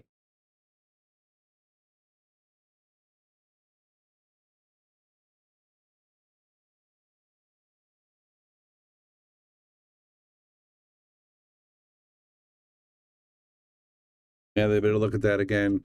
Well, listen, that's a player thing, and you're learning more than ever now, Lance. When you're in the booth, you can't be involved in that stuff. You know, you're trying to talk on the game, and unless they want you to make you a ref, and you understand that, going, look at that shot by Christian. that's a great shot, and that's going to be a boom right there.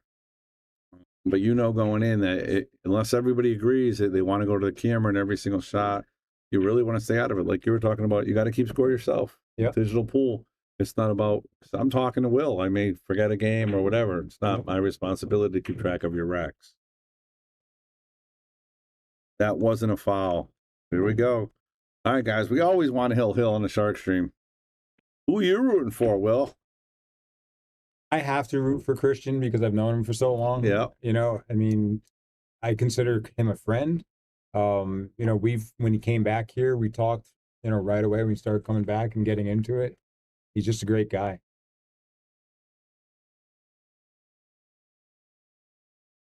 Lance said Tony should have asked to review the video, in my opinion, that the set's over.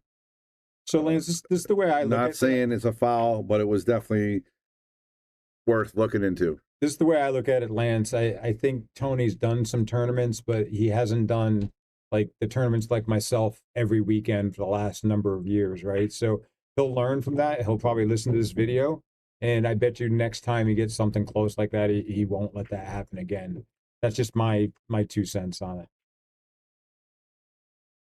Oh, that's a big scratch right there. So where's this 9-ball going to end up? Wide open here, though. Yeah, and Lance, definitely, it's kind of funny because there's a lot of players, like even Lucas Castlefurner sometimes doesn't play that smug, if that's the correct word that I'm looking for. But, you know, sometimes you got to play that smug and make sure everything's fair and going in your way, because sometimes Lucas will just let it go. So I'll give you an example. Against Javier, the lag was close. He wanted to relag. I said, no, I won the lag. And I said, get a tournament director. I'm not going to give up the lag. I feel I won the lag. And eventually I took all the balls. We saw it. It was a good, Lucas did that the other day. It's a smart move.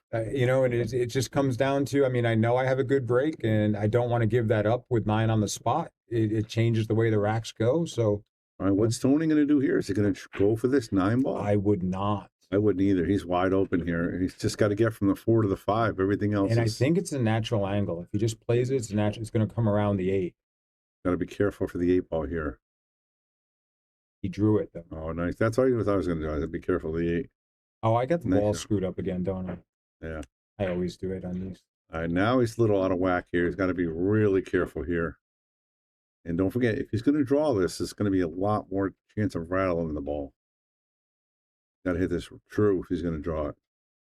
Yeah, that's the tough shot right there. But he made it anyway. How about that, folks? Yeah. And look what he has. Yeah, I like the safety here. Yeah, me too.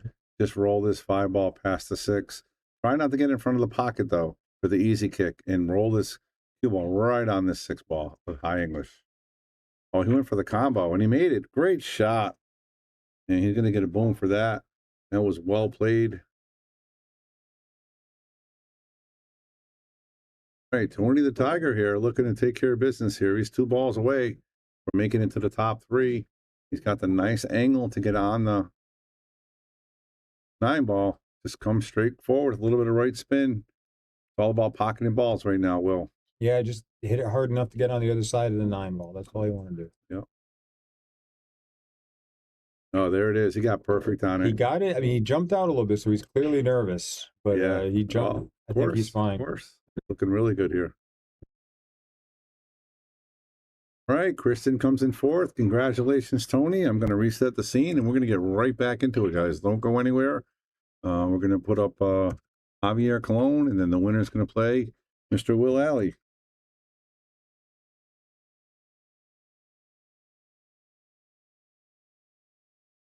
I know what Javier's Fargo is. 527. Finally getting back to reality. I've been struggling all day. Oh, really? Pressure makes my sugars go up. I can see that. All right, guys, don't go anywhere. We're playing right away, and we're going to play the finals on this table as well. Congratulations to Tony Tiger. Congratulations to Christian Cabrera coming in 4th place.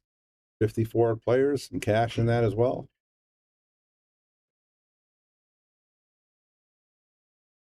Oh, I put the wrong name. I got to put Tony in there. Got the wrong name.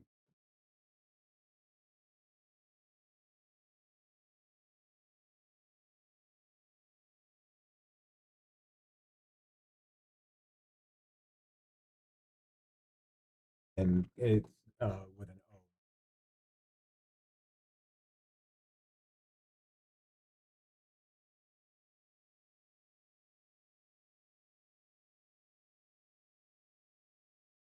Well, it looks like we're going to get done about 9:30.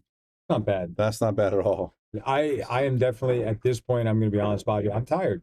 It's been Yeah, it's no a long kidding. day of focus. No kidding. So, and here we go. Javier is ready to go. And again, we got to find out for sure if it's a full double or one long race, or Javier's going to take a couple practice strokes. He knows Tony just came off the big win, and you got to give it for Tony. That was a fantastic combo he made. That took guts, because again, that's you and I were talking safeties, and he's drilling it. I think what happened is what you said is it's kind of like it's almost lack of experience. He hasn't missed those enough in the tournaments. Yeah. So he just felt confident he made it, and kudos to him. It's a great shot right there. And he was rewarded nicely by guaranteed 3rd place and pretty good money in this event too. So there's very good money. Yeah. You didn't hear the Calcutta, but you talk to some about how I talked up the Calcutta, because I did the Calcutta. I heard you did pretty good. Yeah, I talked it up pretty good. I got some pretty good money in it for that. Yeah. Yeah, I heard it's the 4,000 in the Calcutta. Yeah. So it was it was around 2,000 before that. So yeah, I pulled in about 2,000 this morning in the Calcutta. That's fantastic. All got to go in your pocket. There's a chunk. Somebody bought me for half. I went pretty high. I went for 170. Yeah. Which is, that's typically high for me, but I mean, 530 and under. I mean, the top 5 I thought would be I called you, Javier, Anthony Petrozelli, Christian Cabrera, probably Oscar, and Oscar. Those are the top 5 that I picked. That would be and right now I've beaten 2 out of those 5 right now, so I've had a pretty tough path. Yep. But I mean, that's so 3 of the top 5 that I picked were in here. The other 2, obviously, Tony and didn't know about, and else came in 5th. My hardest match was the first one of the day, and it was just because I couldn't relax. All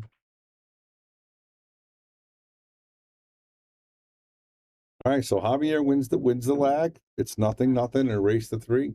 Want to go ask Sean just to be sure before we start, so I know. I appreciate it. Oscar went for 300. Yep. Oscar, I thought, would be another one that did well. But again, these 530 and unders, man, they're short races. They're races to 5. You get a good roll. You play a couple good safeties. Anything could happen. All right, guys, one more time. Let's get the sharing out there. You have a lot of pool playing friends. They want to see these matches. Let everybody know we have a 530 and under Fargo tournament going on right now here at Yale Billiards. And we're down to the top 3. And this is going to be a quick race to 3. And then we got the finals. Will Alley versus the winner of this match.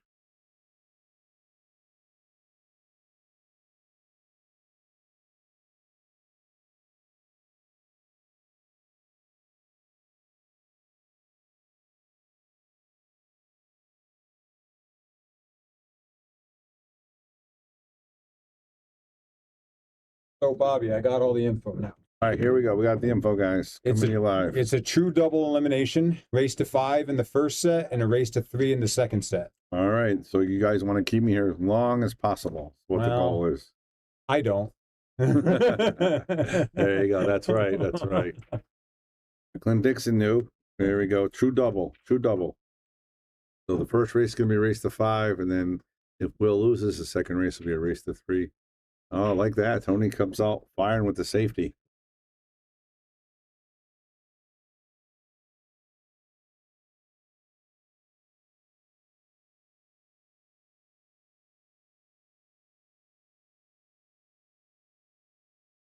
He's going for the jump here. Been pretty good with that jump cue so far today. And then there's another one. Nice hit.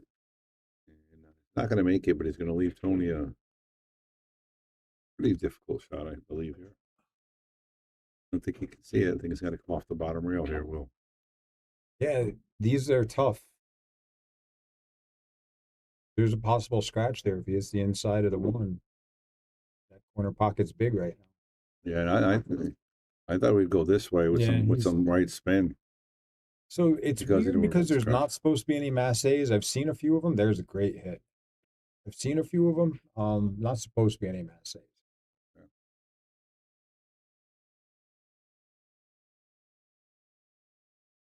This is where the grid gets real for these players. Absolutely. That's why I said it's going to slow up the next couple matches. You're going to see this match, I think, take a little bit of time. Even though it's a race to 3, no one's going to rush and then play the rest of the game. And look at that. Wow, that's a great shot right there by Christian. I mean, I'm sorry, by Javier. Christian's off the table. But he left himself no shot, Will. Again, that corner pocket's big with that cue ball. It's the inside of this too, and yeah, he's good there. Yeah, he hit that nicely. So Tony the Tiger is going to have a tough hit here. He's going to jump. I don't know how well his jump game is, or if he even likes a jump. So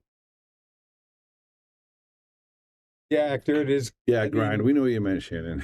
Absolutely. We've kind of seen it today. I've seen guys with their cue, up around 50 degrees. That's a masse, if you ask me. But to me, I don't care. If you make the shot, you make the shot.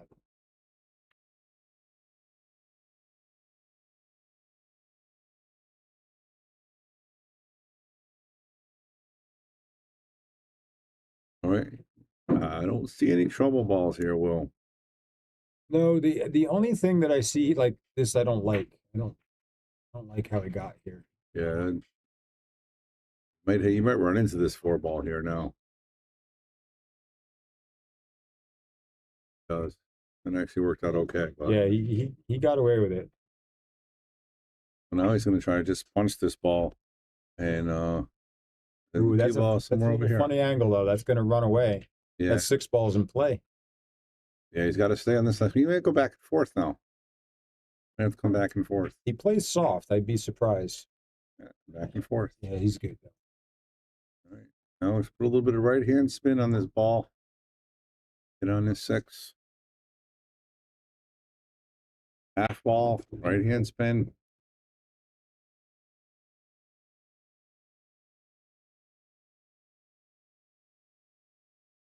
Missed. He went inside. That's why it's such a harder shot when you put an inside English on that. And Javier, if you go back and look at this, you kind of lunged into that shot. I kind of saw it a few times in my match too. Just put a smooth stroke on it, you'll be fine.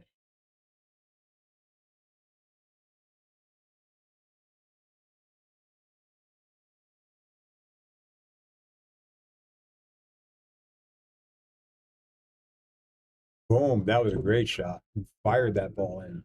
Yep. Yeah, I don't think he got rewarded, unfortunately. No, for I don't him. think so. I think he can only see part of that ball. Yeah. All right, guys, let me know what you think.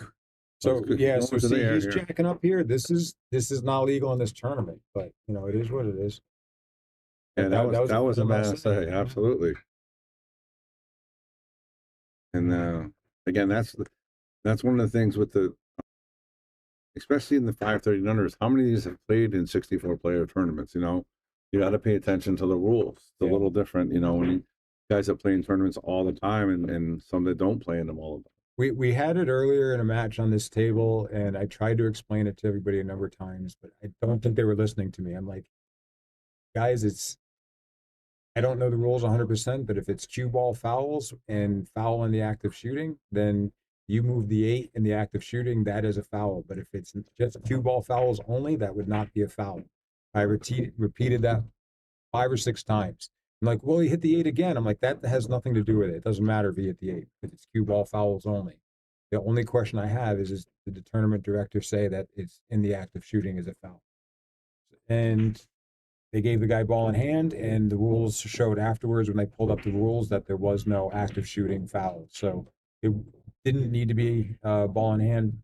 I still Nice shot. That was a nice shot, but he's not rewarded again. Came a little hard. So anyways, they missed the 9 ball 4 times, so I don't feel like it really affected that rack at all. No. But look at this. He's going for the reverse cut shot on here. This is very difficult, and the cue ball is going to run wild too. It may go back in that corner pocket on the left too, based on where I got to hit this. Yeah, I went over to the other one. I think he tough just shot. cut it. Yeah, and Tony, if you go back and watch this, you know you got to play safe on that shot. Just leave the 8 ball up here and the cue ball up here, and don't sell out. And that's such a tough shot when you lose the cue ball. Yep. And you're making a tough shot. It says you're making it almost like a wish. You know what I mean? Yeah, I think Tony plays a lot of bar box, and sometimes you get away with that on bar boxes, but this is not. It's not the same. Ooh, this came Might get away with it here. And he's got a good double dip here, though. He can play the safety and draw it back to the rail. As long as it doesn't hit the point, he's going to be good to go here. Like me, I like leaving the cue ball on the other rail, the top rail. Right here? No, the other side. Where is he going to play the 9 ball across Play the the corner? 9, yeah, down into here. Oh, I'm saying go for the shot. Make it a 2-way. Yeah, I don't even want to go. I go for these because I like the cut. Corner pockets and play a little bit. That's what he did. Yeah, that was unfortunate. So he's down, It's like, he's down 4. I mean, now 1-0. Race to 3. for me, that's an inside English shot to avoid that corner pocket down there. He looked like he put outside on it. Yeah, but both of these guys are playing real aggressive. I mean, you guys are in the semifinals. You know, you don't have a clean shot. Play safe, play smart. You know, live to fight another day. These are 4 3/8 inches, almost 4.5. They're not standard, or a little bit less. A little bit less. So that shot was very makeable, but I think he probably would have been off, like I said, playing a 2-way, or like Will said, leaving him at the top rail. Same thing with Tony when he shot that 8 ball. I think he could have elected to play safe, but nonetheless, Tony's happy. Tony Tigers up 1-0, race to 3 to play Will Alley. Yep.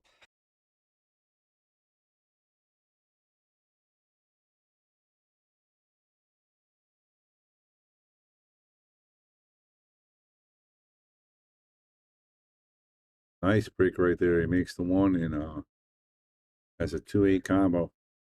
And if he makes that, he has a good opportunity to make some balls, but he's got to start off with a tough combo, Will.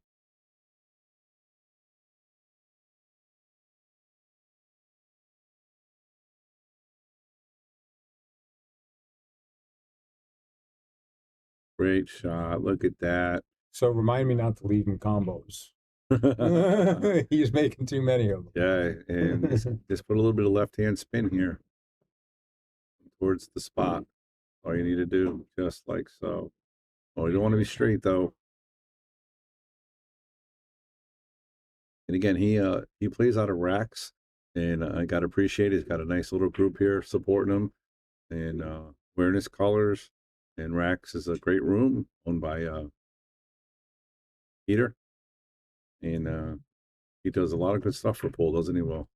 He does. He's running another. He's got the CT Open. Oh, look at that stroke right there. He's going to get a boom for that. Great shot. Lance has got another handicapped event up there that's going on. They got the Connecticut Classic as well. Yeah, so they got good tournaments up there. Yep. Well, big shot here, Tony. I don't want to see my Calcuttas when I go up there. Yeah. Yeah. I'm gonna have to stick somebody. Yeah, Pete Brown, I like he's an active owner in the pool community. That's what I like, I like seeing the room owners that are getting involved and doing things. And like I said, he's here tonight rooting on his players and hanging out. You got to appreciate that, you know.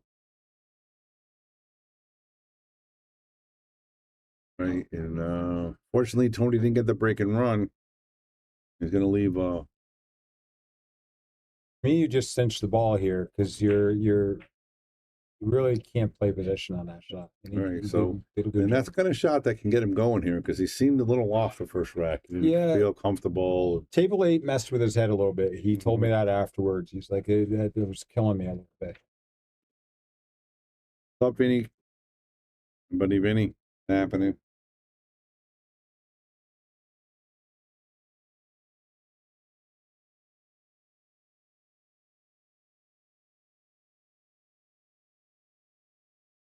Javier definitely takes his time. I don't take a lot of time, I don't think. I mean, I'm methodical, but I don't really take a ton of time. I make up. The way I look at 9 balls, like, you got to sink the balls in order. So you got a choice to either hit the correct ball or play it safe. He's got to be careful with this cue ball here. Wants to go towards the pocket. Nice effort, but didn't quite get there. Just 3, Nick. Me and the 2 that are playing right now. Yeah, make sure you review all 3 of these players, Nick. Make sure they're at the highest level because I only play on Masters, Nick, so you can't do nothing to me. I got you. You can't do nothing. All right. All right, Tony the Tiger looking for his favorite shot here, the combo. I know, this is brutal, though. This is like a bank on the 6 ball. Yeah, bank combo. He's trying to play the 5-6 bank. How about that? Look at the overhead, see exactly what he's looking at. So, yeah, so to me, this is where you get burned eventually, right? Like, you just can't keep going for these aggressive shots. You say something, Will? Yeah, I say that he hit it perfect and got a Cosmo. Wow, I get it. I'm going to give him actually 2 booms for that because that was impressive. That was a great shot. I saw it, but I mean, to play it is another thing, right? Yeah, and he look at the way he positioned himself for that 5 on the side. That was beautiful. All right, here we go. Big shot right here. Oh, okay, it's all right. And it's a big shot right here. He's up 1-0 in the semifinals. And this is, we got to be careful. We got to make sure you're play the shot, man. Don't play the score. Don't play where you're at. Just play your normal game.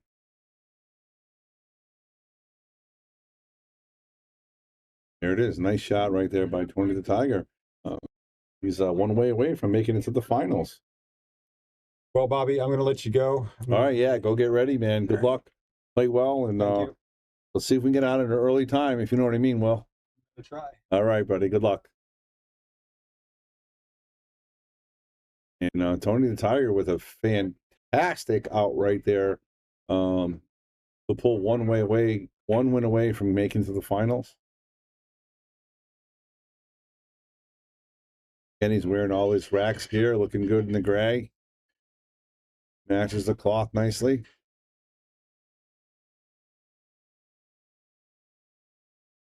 And he's going to be breaking. Don't forget, we're playing 9 ball on the spot here. Winner breaks and race to 3. And right now it's about 7:35, and we're 1 whack away from getting into the finals.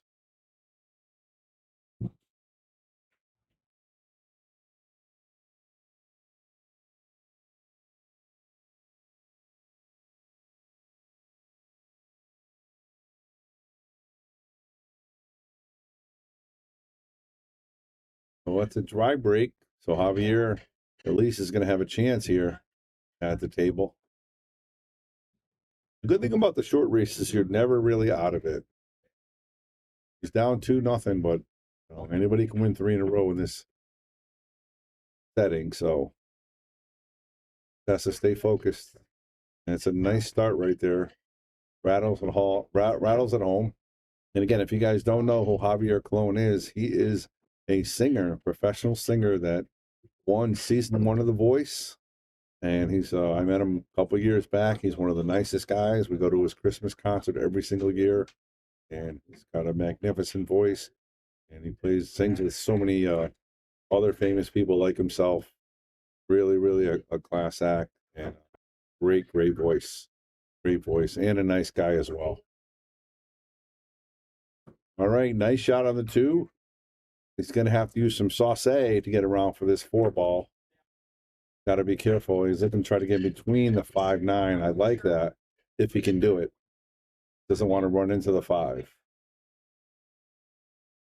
And he does run in the 5, so he's in a little bit of trouble now. Dan says, I like that Tony stayed aggressive. If it's how you practice and how you normally play, it should be how you also play in the tournaments. Yeah, yes and no, Dan. I mean, I kind of agree, but sometimes with the situations, you get down to the finals and, you got to play the percentages at some point. But he's playing great, and he's doing what he needs to do and shooting well. So you can't take anything away from him. Can't argue with his success. That's the key. All right, Javier is going for a jump bank here. I hit a little bit short there. And I'm going to tie up the 8 ball. So now it's a much more tougher run for Tony because he tied up the 8. So the 8 looks like it might be a safety shot or a carom on the 9, but see how he plays this one. All right, guys, we've got like 100 plus on YouTube and Facebook. We got about 100 something on Caffeine TV. Let's continue to share. Appreciate you guys joining us on this Saturday afternoon. So that is a foul. That ball went over the pocket. Let's look at what happened. And the rule is, at least in every tournament I play in, that is a foul. And even though it went into the pocket, out of the pocket, that's a foul. But again, it's not my tournament. And I guess that's not a foul. Okay.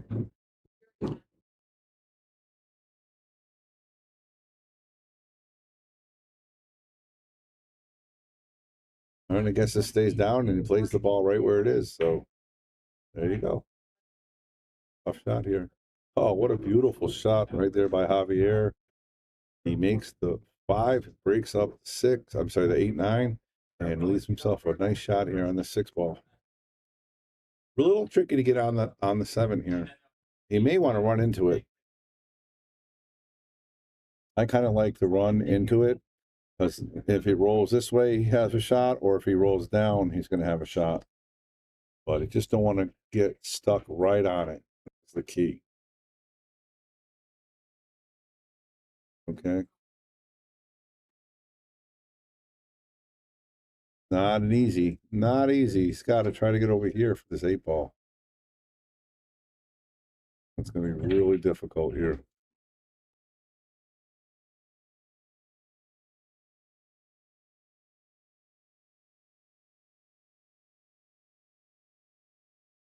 And he tried to get there, but he missed the shot. So Tony back at the table.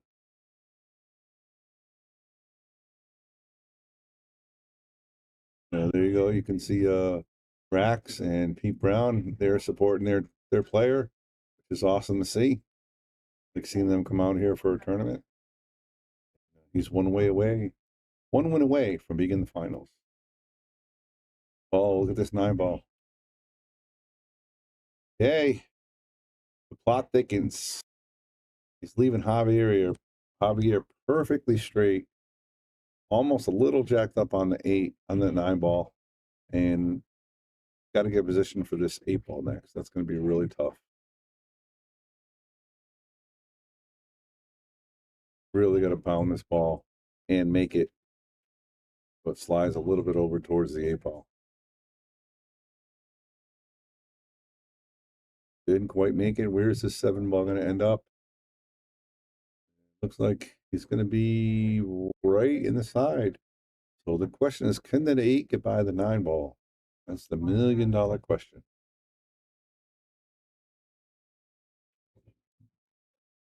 He can. And again, he's been making combos, so he may want to go for the combo here as well after he makes his 7. Oh, look at this. Great shot right there. Great shot. And he's set up here just to make this ball. Natural position, right off the rail. Right about over here for this 8 ball, for the 9 ball. Gotta make it.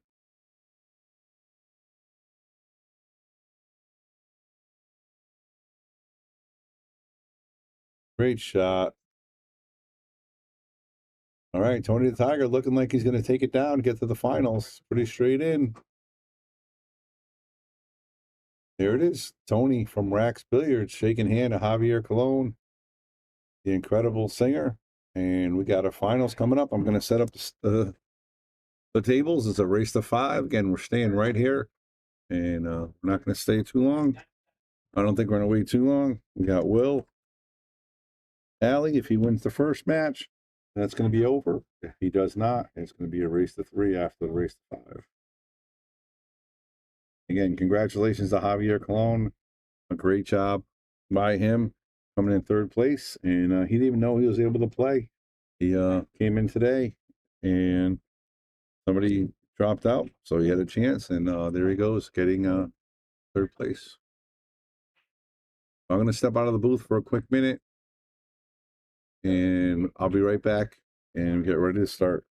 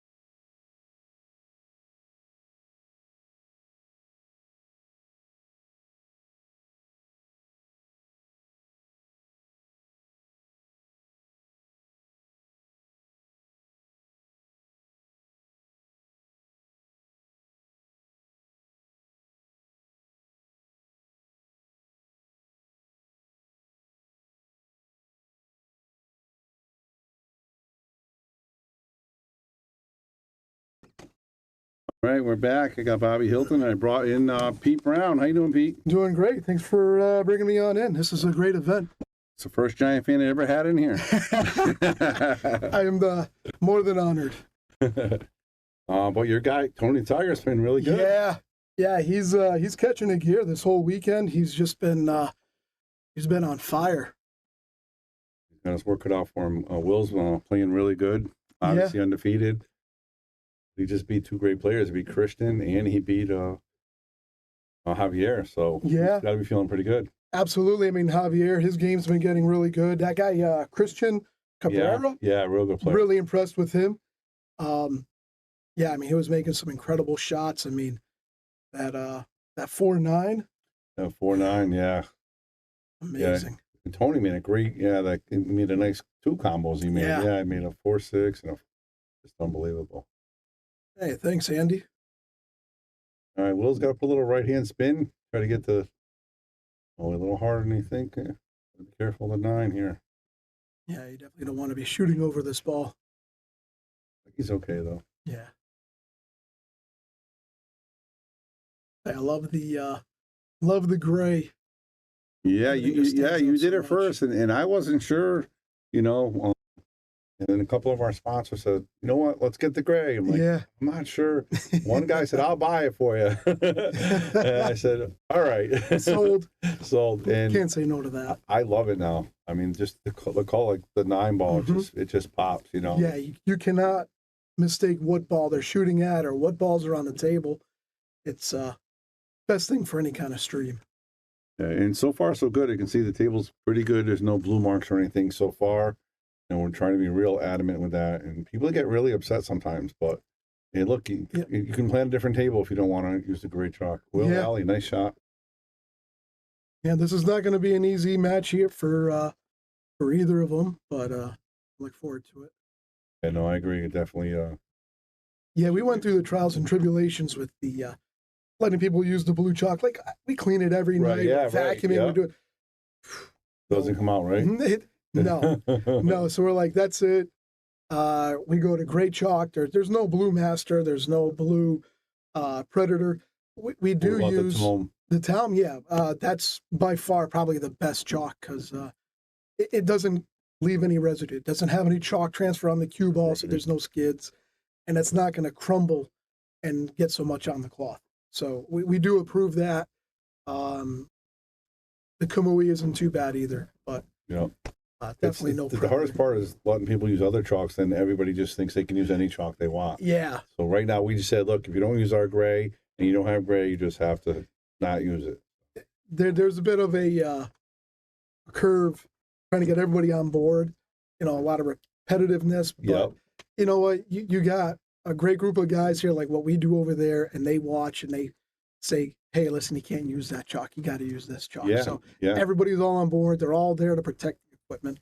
Yeah, like you said, our guys will tell me that, hey, they're trying to use different chalk, ratting them out, which is really cool. Rob Salotto, how you guys doing? Got a shark and a lion in the booth. Yeah. That's pretty funny. Got to see we got the land. Very nice, very nice.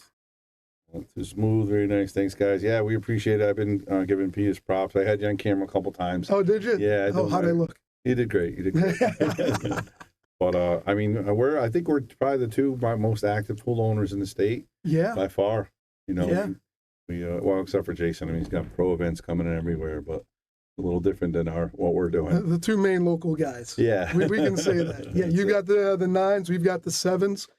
It's almost like a polar opposite because you've got 18 tables. Yeah. We've got 18 tables. Yeah. You've got 16 9s and 2 7s. And we've got 16 7s and 2 9s. That's funny. That's funny. That's a little different. I never really thought of that. Interesting. So how long has Tony been playing? He's obviously is he playing a lot of tournaments? Or? Yeah. Well, he doesn't play a ton of tournaments right now, but he's been playing for a long time. So he grew up, and he's obviously longtime friends with Lance. Okay. Lance Lascotti. Yeah, he was rooting him on the whole time for sure. Yeah. Nice shot right there. You get a boom for that 2-ball. He's been on my Masters team now for about the last 3 years. The last 2 years we've been going to Vegas, which is awesome. Yeah. He had probably one of the most miraculous and awesome comebacks during that event when he played Steve Sutton. Sudden death. Yeah. Sudden death. Yeah, Steve would say the opposite because he was on the opposite side of that. But Tony could do no wrong. He was making shots and he was getting rolls. And oh man, you just would have just left the boom up on the screen. Ray just played that good, huh? Yeah. Yeah, I can see he has a great stroke and he plays aggressive. So if he's making shots, he's going to be tough to beat because, like I said, seems like he can make almost anything.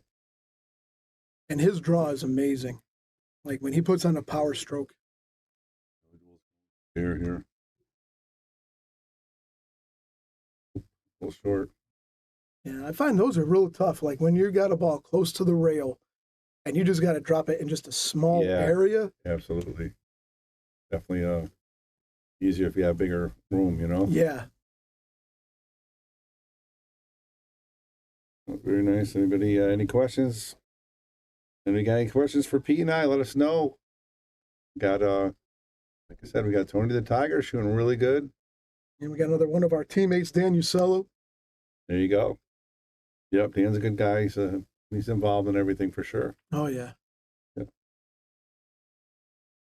The two best owners in the state. I think there's no question. Thanks. No, Bax, appreciate that. Yeah, we can't offend Jason Shaw, man. That guy, I mean, you were there. We were there together. Yeah. And he was making breakfast, playing the event. Remember that?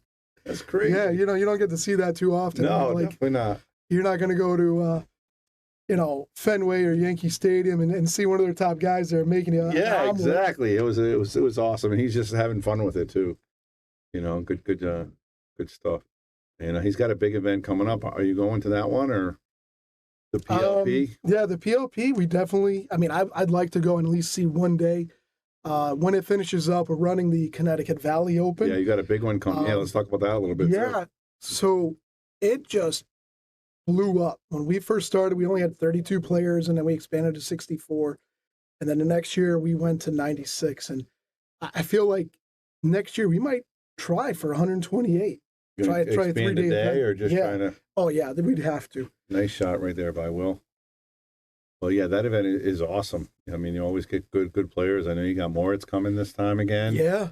Believe me, he's going to be after it because he lost last year, and that guy can play, man. He's really good. He's going to target Lance because that's the guy who knocked him out. Yeah. Oh, Lance, you better be ready. You better be ready. All right. Lance, Will needs a stroke here. Oh. All right. I know that's going to eat up Will right there. He's been working on his game. I see him going live, practicing, preparing for this, which is good. Yeah, he said he was up at 7 or up at 6, playing at his house at 7 to 8 before he came here. I can believe that. That's what it's taking. Look, and he's here in the final, so good for him. Yeah, undefeated at that.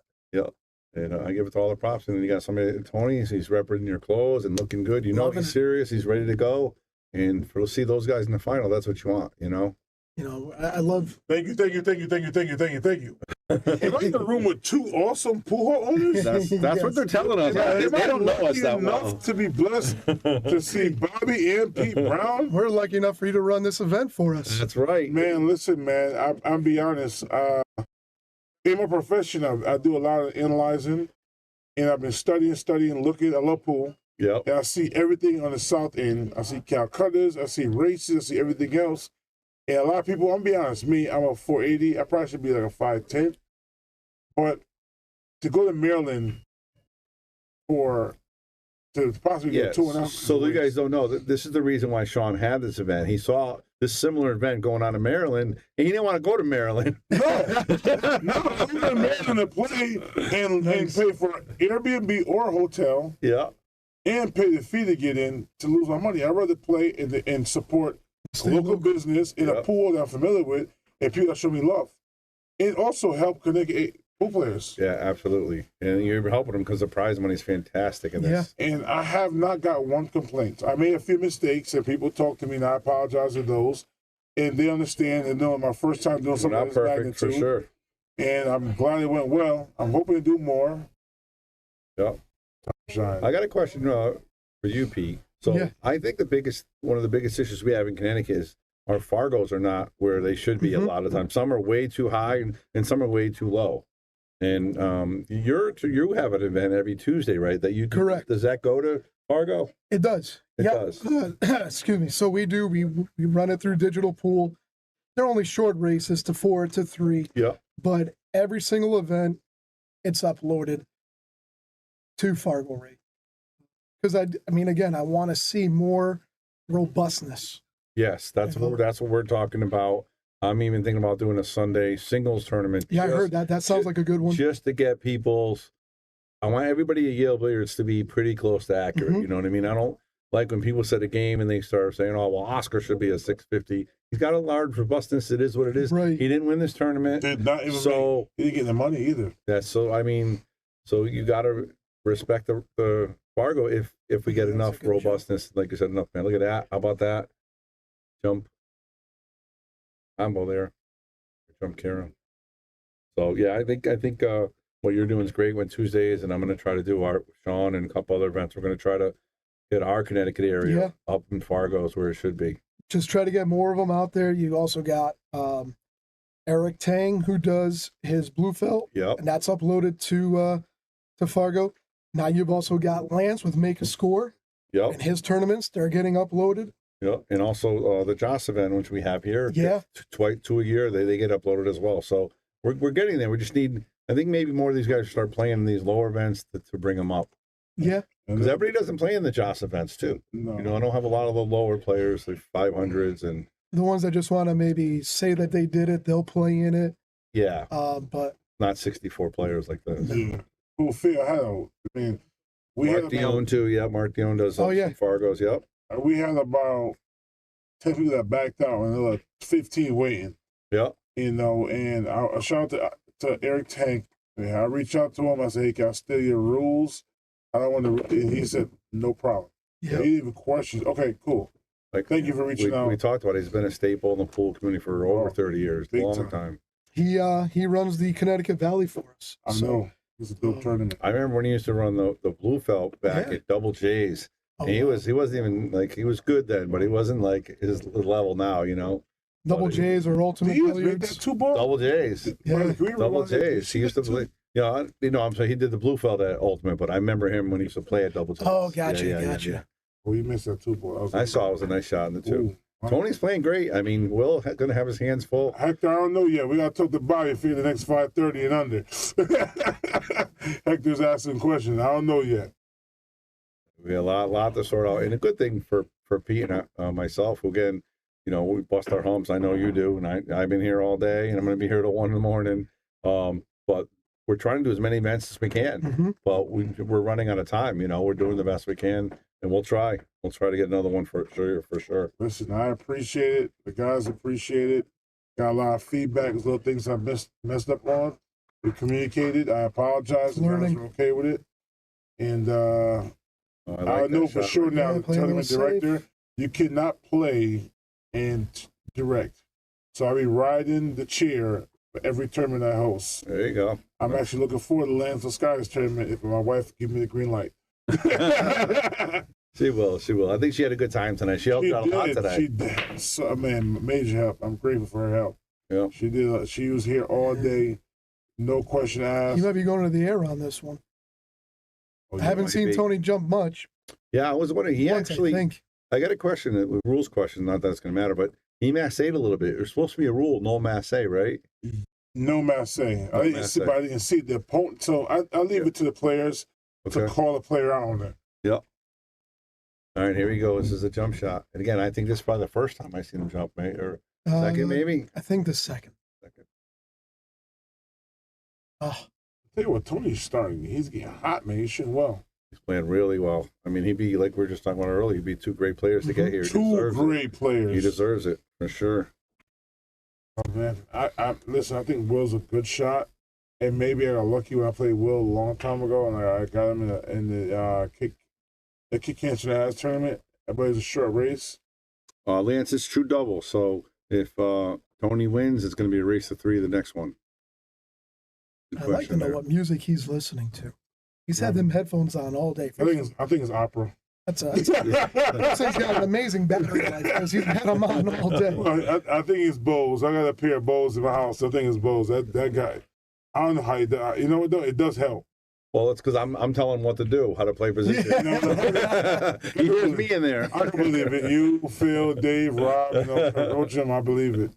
No, he everybody knows Will. He's very competitive, and he gets frustrated sometimes when he doesn't play well. And this way, it just kind of it gets all the other information out, and he's focused on himself. And this is obviously working. He's playing fantastic.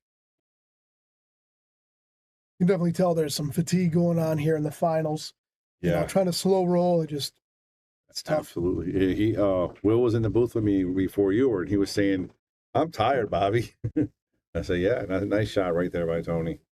And that's one of the things I don't know if you remember or even know, but about 3 years ago, I wrote an article, and actually ended up in Billiard Digest or Billiard Magazine, and it talks about how pool players are athletes, and this is one of the reasons why, because you're playing 13, 14 hours, maybe not consecutively, but it puts a toll on your body. You got to be somewhat in shape, mentally, physically, absolutely, to grind it out. And mentally, too, and I know, especially with hanging out with a lot of the pros of late, they get really, really wiped when they play a tournament, even if they play 2 or 3 matches, because the psychological, they have to concentrate every single shot. Nice shot right there by Will. Yeah, well, I agree with exactly what you're saying. You have to be an athlete to play this game. So I'm gonna add to that. It's funny. We went to Vegas 2019, and I saw Bobby, the Human Hustlers play. Started coming here.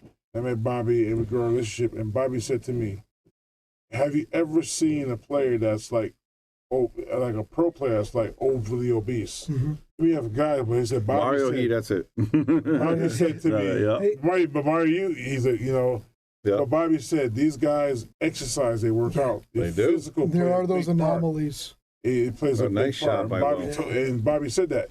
And for me personally, I went to a 7 for the fact that I actually exercised. My focus got better. I was able to be consistent. My fault you got those 20-inch biceps, 25-inch biceps? No. The treadmill helped. Well, I lifted when I was 15, but no, I went to the gym.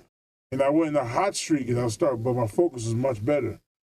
It does play. I think being in shape plays a big part. One of the exceptions, R.I.P. Danny, Kid Delicious. Yeah, that guy, he wasn't in the best shape, but man, could he play pool? And he would play for hours. That's just natural talent and truly gifted. Yep. I agree. Rest in peace. He was a good guy. He actually seen him a lot in Connecticut back in his day. It's an amazing story. Yeah, absolutely. Scores updated, right? Will 2, Tony 1. I believe that's the correct score, right? Make sure I'm not missing anything here. Again, we're kind of talking here, having a good time, enjoying the company.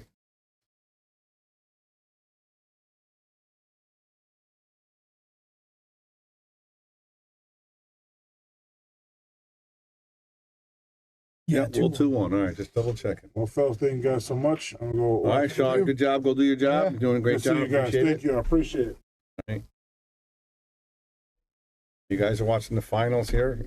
It is full double elimination, so Tony does have to beat Will twice. Both these guys are going to get paid, right? You see the payouts? I haven't seen. Well, actually, I can see them right here on the screen, which is phenomenal. Yeah, those are very good. Go to the overview. I don't think they write them in. Yeah, right there. So there we go. Let's go to the bottom. Right there. There you go. Nice. And the Calcuttas are almost the same. It's fantastic. Great job by Sean putting this together.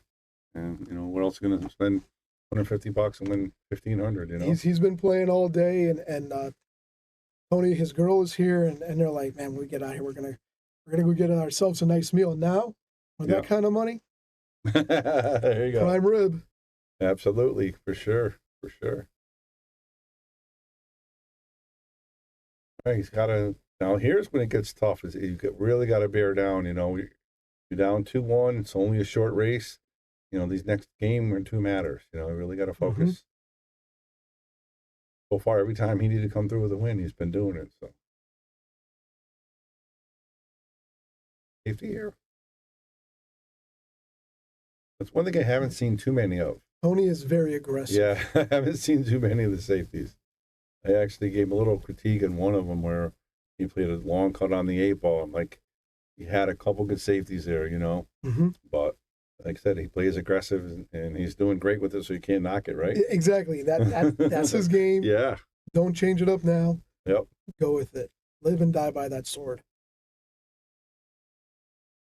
Up I will. Get on this 4 ball. He might have a pretty good run here, but the 4 is not going to be easy. He just needs to stay over on that top side.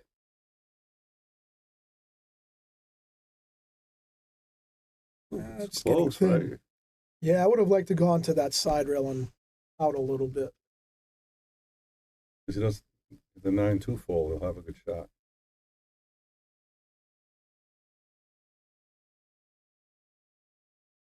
That was tough. Like I said, if he was a little more forward, probably had more of the ball. Exactly, and that right there looked like he tried to steer that ball with the spin, and it just...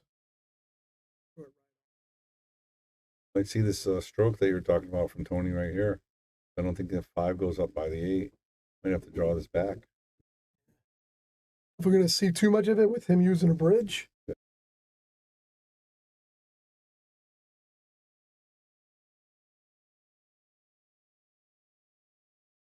Try to get him. That's what they try to do, yeah. Table up 2-1. And again, you guys are watching. You see the name of the tournament?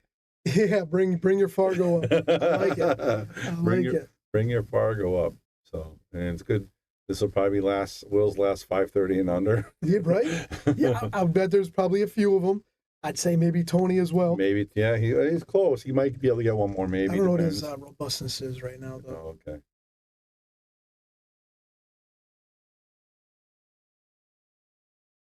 But again, I got to give Will a lot of credit because you know him as well. Mm-hmm. We've seen him get really frustrated. He already missed a couple shots, and he seems like he's getting over it. And he's just getting right back into the rhythm. I really like what I see from Will right now. Yeah, he's under control. You can definitely see twinges of like and when he tension. Misses, yeah, right. But he just walks away, sits down, and just listens to his music. Yep. All right, is he going to spin this around, or is he going to try to? Sure, you think he's going to sauce it this way, or is he going to try to come more forward and come this way? I like that first route because I agree with you. You can just let out your stroke. Yeah, you know, you have a better chance of making it. That's okay too.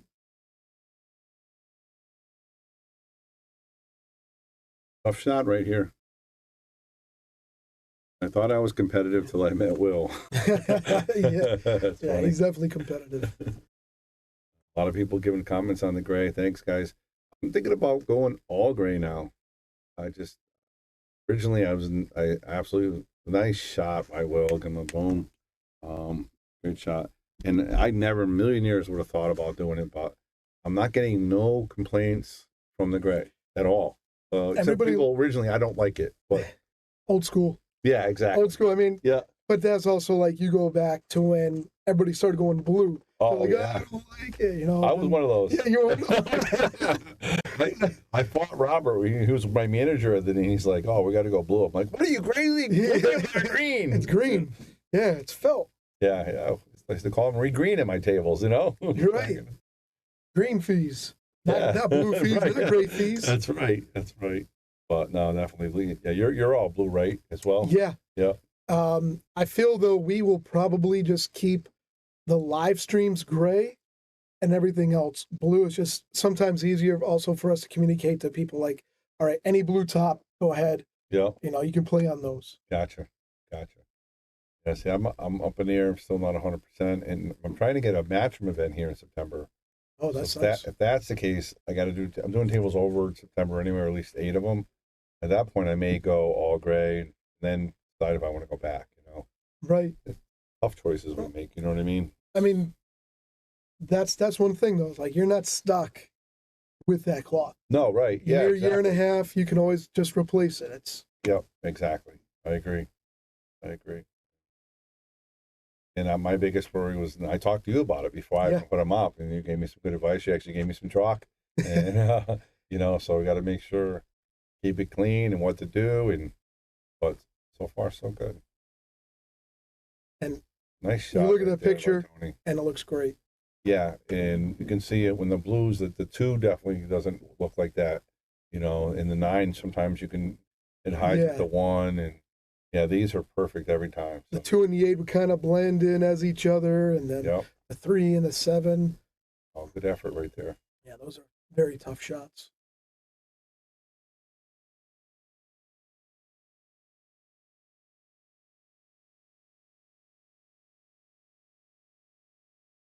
He's wide open here. I think 3 to the 4 might be a little difficult, right? Maybe. I mean, I feel like he's got to go a little zigzag here to go underneath that 3, then above it to be able to shoot at it. Absolutely right. Yeah. I felt that 9 could get in the way, or he goes too high and then he's on a super long I shot. probably went under it maybe and try to pass it by this way, but I like the effort there. He shot that kind of quick, didn't he? He did. He that's the frustrations. Yeah, he shot that kind of quick. You know, just got to try to make something here happen. Yeah. Do you notice the table's a little slower than your other blue tables, not being HR? No. For some people, they say it plays faster, but really, I don't know, I just think it's all in the pull. Yeah. How tight it's pulled, and because I do have some blue tables that are run faster than the diamonds. Yeah. And then the diamonds will run faster than others. So it's great shot right there by Tony. Yeah. May need a bridge here, but maybe a little farther over there. I need to do too much. Just come out to the center. Yep. Past that 8 ball.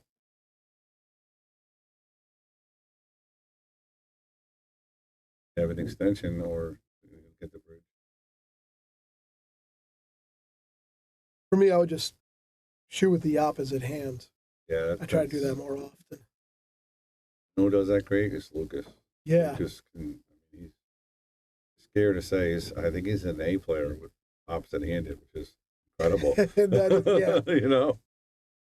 I think one of the easiest things to remember is just whatever you do with your main is what you try to mimic with the opposite. And yeah, I mean, Lucas, as great of a player as he is, yeah, I can see him being an A player with his opposite. Yeah, because he went to Rhode Island for the Bud Classic, and he was just hanging around, and he said, can I play left-handed? And they let him play in the higher bracket, and he won it. And they ended up saying he can't play, but they didn't think he'd win it. Now, was he breaking left-handed? Yes, everything. Wow. Yeah, everything. Just amazing, because those guys in Rhode Island are fantastic. They're all good players. Out of here. I seen Tony make a bunch of combos. He's not afraid of combos, huh? He likes them, or just I don't know if he likes them, but he definitely doesn't shy from them. Well, like I said, he's aggressive, so he probably likes any shot on the table, right? Combos, caroms, kicks. Yeah, he goes. Lance, be careful. I might play a black. Be careful. He's tough. Rattle. Yeah, that's tough. And there's that stroke you said, though. That's a great stroke. He came all the way up the full table. Yeah. Almost another half a table. He can make that cue ball travel, but sometimes it gets away.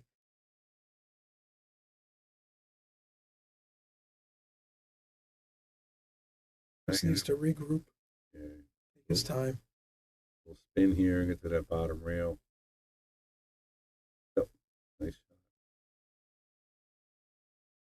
It's really cool, like to, I don't know if you can see like the behind the rail there, but the support that Tony has with yeah, we were talking about crew. that. I'll do that right now. So everybody had him in a second, but yeah, that's where we were watching you from, and saying everybody from Rax being here, cheering him on is awesome because nice effort there. But we try to do that. Yeah, too. It's very good. There they are, right there. That's fantastic.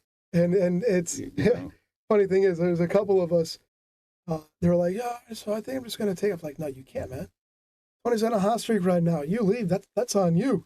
Like, what? You can't put that on me. Like, nice. Just think about it. You're here. We're all here. He's Look what winning. He's winning. You really want to break that up? That's right. You're That's right. Great. I'm staying. Get me a beer. Nice. I came a little short or a little long on that one. He was trying to play that in the corner or the side. He'll go for this bank and. He's gonna have position if he makes it. Yeah.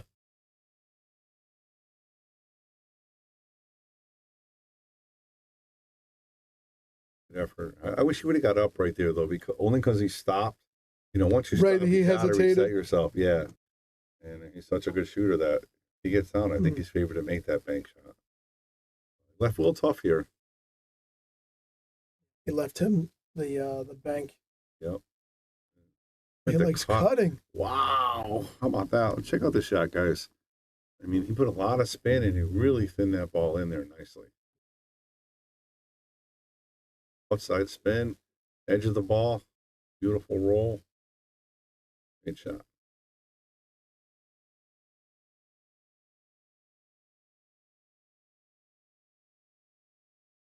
Good shot. Will Alley looking strong. Yeah. And but now Tony's got his hands full here in his finals. But win or lose, great job by Tony, playing fantastic. He beat a lot of good players. He had a great run. Yeah.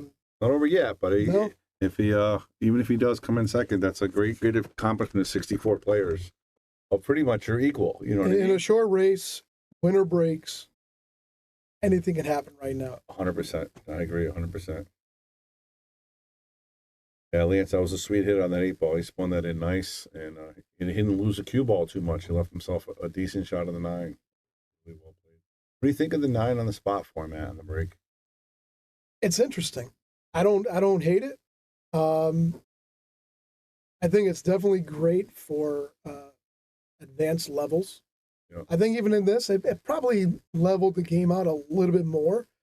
Because let's be honest, aren't going to break and run. Yeah, they're not going to break and run. Yeah. And even though like you got your 530s and things like that, the robustness could be low. They could be a 570 player. Right. So it keeps them at that 530 level. I agree with you. I agree. When I saw it, I was like, I don't know. But as the tournament's going on, I'm like, all right, yeah. You don't see people making the guaranteed wing ball, and you know those equal to combos or runouts, and like I said, evens at a level. That's unfortunate for Will. So now Tony's got a good opportunity. Yeah. Wide open. Check out this break. He smashed it. Fortunately, that 1 ball kicked that cue ball. Yeah, he had a lot of juice on that cue ball. Just kept on going forward. Three is a little finicky here. You can get a 3-4 combo or get underneath the 3. Everything else has a pocket.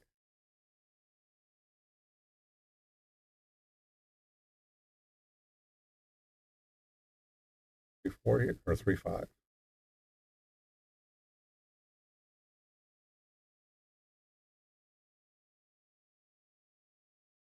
Nice shot. I like the way he plays. He doesn't seem like he's thinking about the next shot too much. He's like, I'm going to make this. No, he's in the moment. Yeah, I know where I want it. Try to get it there.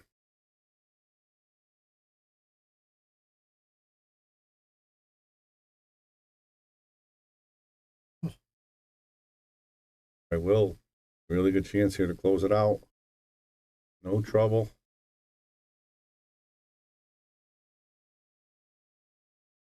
I love when you're commentating. Thanks, Erica. I appreciate that. Appreciate that. Love you guys too. I'm an old timer on the spot. Makes me bark. Listen, Peter, we hear everything from old school to new school, right? We get a little bit of everything. Well, I mean, if you think about it, Matchroom has taken over 9 ball. Yep. And their thing is 9 on the spot. Yep. So, you know, people that have aspirations or even dreams, you got to play 9 on the spot. So, some crazy stuff going on. Saudi Arabia, $1 billion tournament. Yeah. I love seeing that. I mean, we need more money like that. And yeah. All these pool players going to different places. Jason just signed with Jay Flowers. Yeah, he announced that, yesterday, I believe? Yep. Yep. We got Jonas and McDermott and FSR and Viking. These are all Predator guys mostly. Yeah. You know what I mean? So I like seeing the Predator Q-Tech. Yeah. Very nice, Tony. Nice shot. 6 goes by the 9. Good. See if we can. These camera angles are so funny sometimes. It looks like you can make them and you can't, or they're like, oh, there's no way you can make that. And he drills it, and you're like, oh, my bad. Yeah, exactly. They had like room enough for like 2 balls. You're like, how is that possible? Well, he's going for the cash here. Going for the 69er, trying to make that 9 in the corner. He called it. You know what he's playing with? I want to say a Lucasi, but I might be wrong.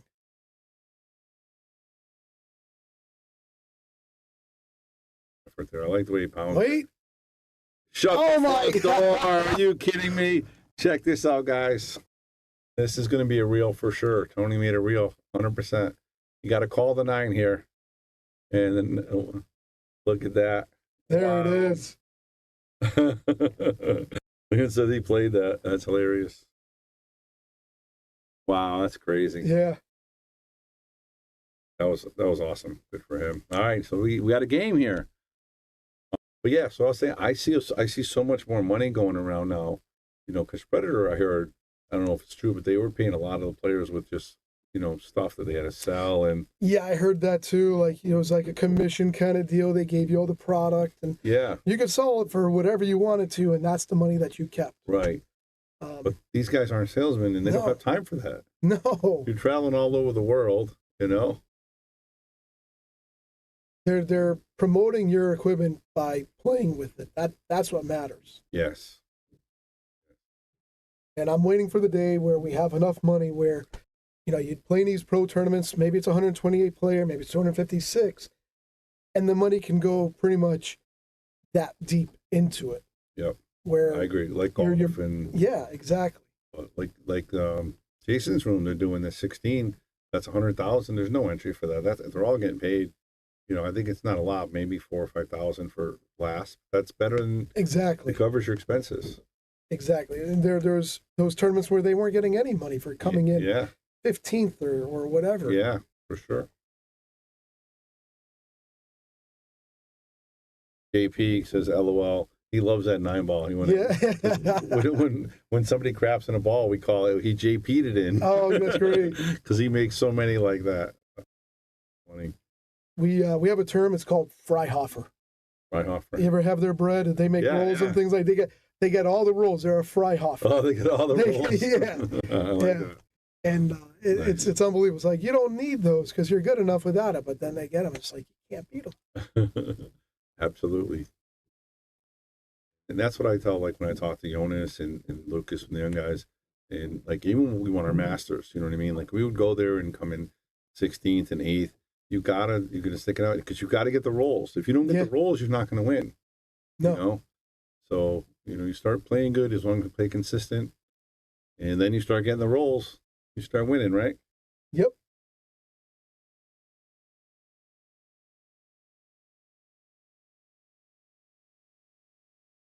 Much, not enough. Yeah, Cliff, this is the finals, the first set, race to 5. Go for this kick here. Where do you like to go? You like to go the short way?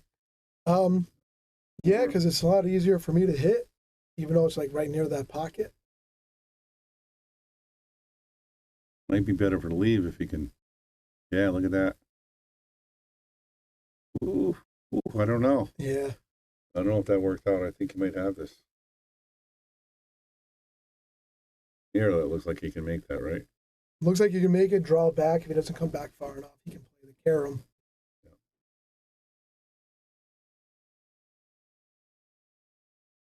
Yes, Tony needs to win twice. Right. Yes, Tony needs to win twice. It's full double elimination. Race to 5 in the winners, race to 3 in the losers. So if he wins, then the next match will be a race to 3. A great event here. 64 players. We're down to the final 2. I think he paid out top 8 with Calcutta's.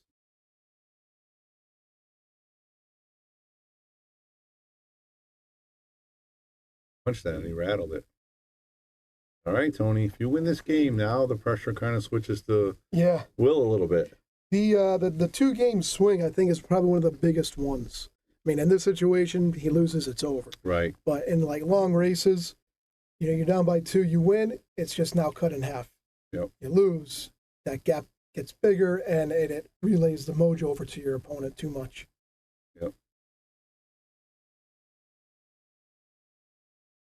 And I see what you said a little bit too. I can definitely see a little fatigue going on right here. They both played a little bit better the previous round.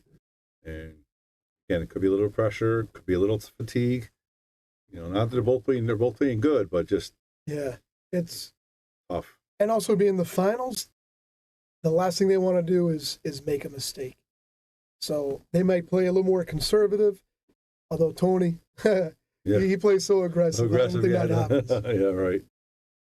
I see Dan Ursello is a huge fan of the blacks.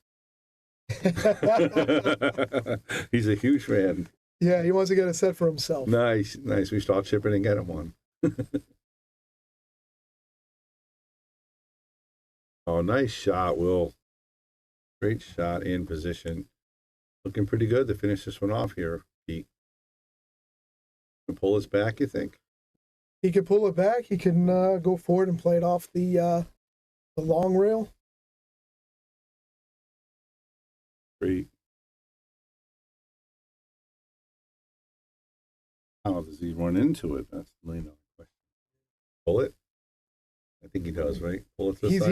He's got to pull it over, but you know, he's been struggling with some of these shots where he tries to steer that cue ball.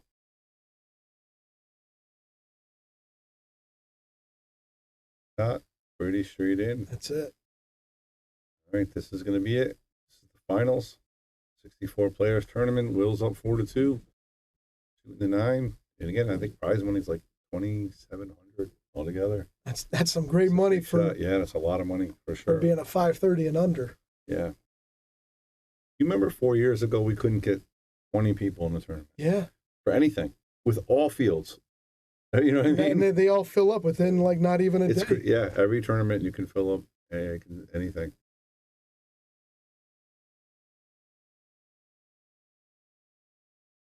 We got to regroup. There was someone that walked in. Yeah, he said they walked in, and you know, I used to teach Robert, like I used to try to harass him when he was shooting, so he never had an excuse. You know, no matter what.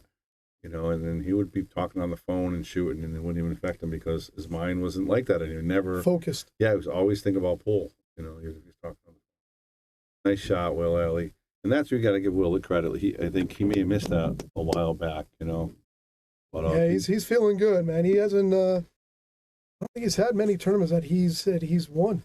He's cash, but I don't think I've seen him. I think he won one Ironman in the lower bracket at Rhode Island. Okay. Yeah, so it's the second big win, but that's great. I mean, listen, you know how it is. You got to start winning. You start winning the events, and like in his homeroom too. So like Alex, when he's starting to win, he can win anything now. He's just so good. Yeah. So good. Yeah, and you still like when you're watching him shoot, like you still see the improvements. Yeah. Like it's just he's not stopping. You know why he wasn't at the Joss event this weekend? I don't.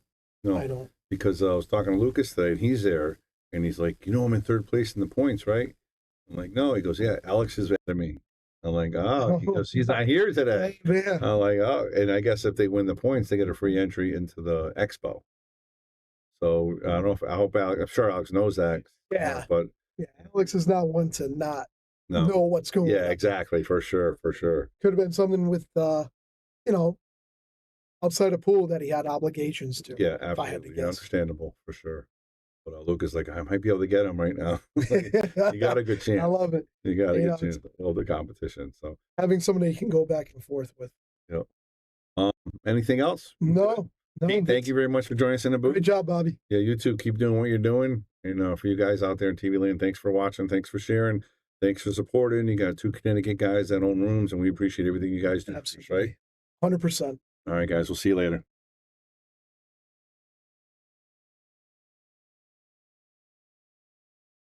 We want to give a shout out to all of our sponsors here on the Shark Stream. You have Connecticut APA, Sigma Wear, Agency One Group, Jacoby Custom Cues, Women in Pool, Mabel's Tables at Michael's Deli, NM Billiard Sales and Service, 11 Hall Avenue, Wallingford, Connecticut, KM Maintenance, JT's Pool Cue Repair, Salotto app, Mark Anthony Home Improvements, Tommy's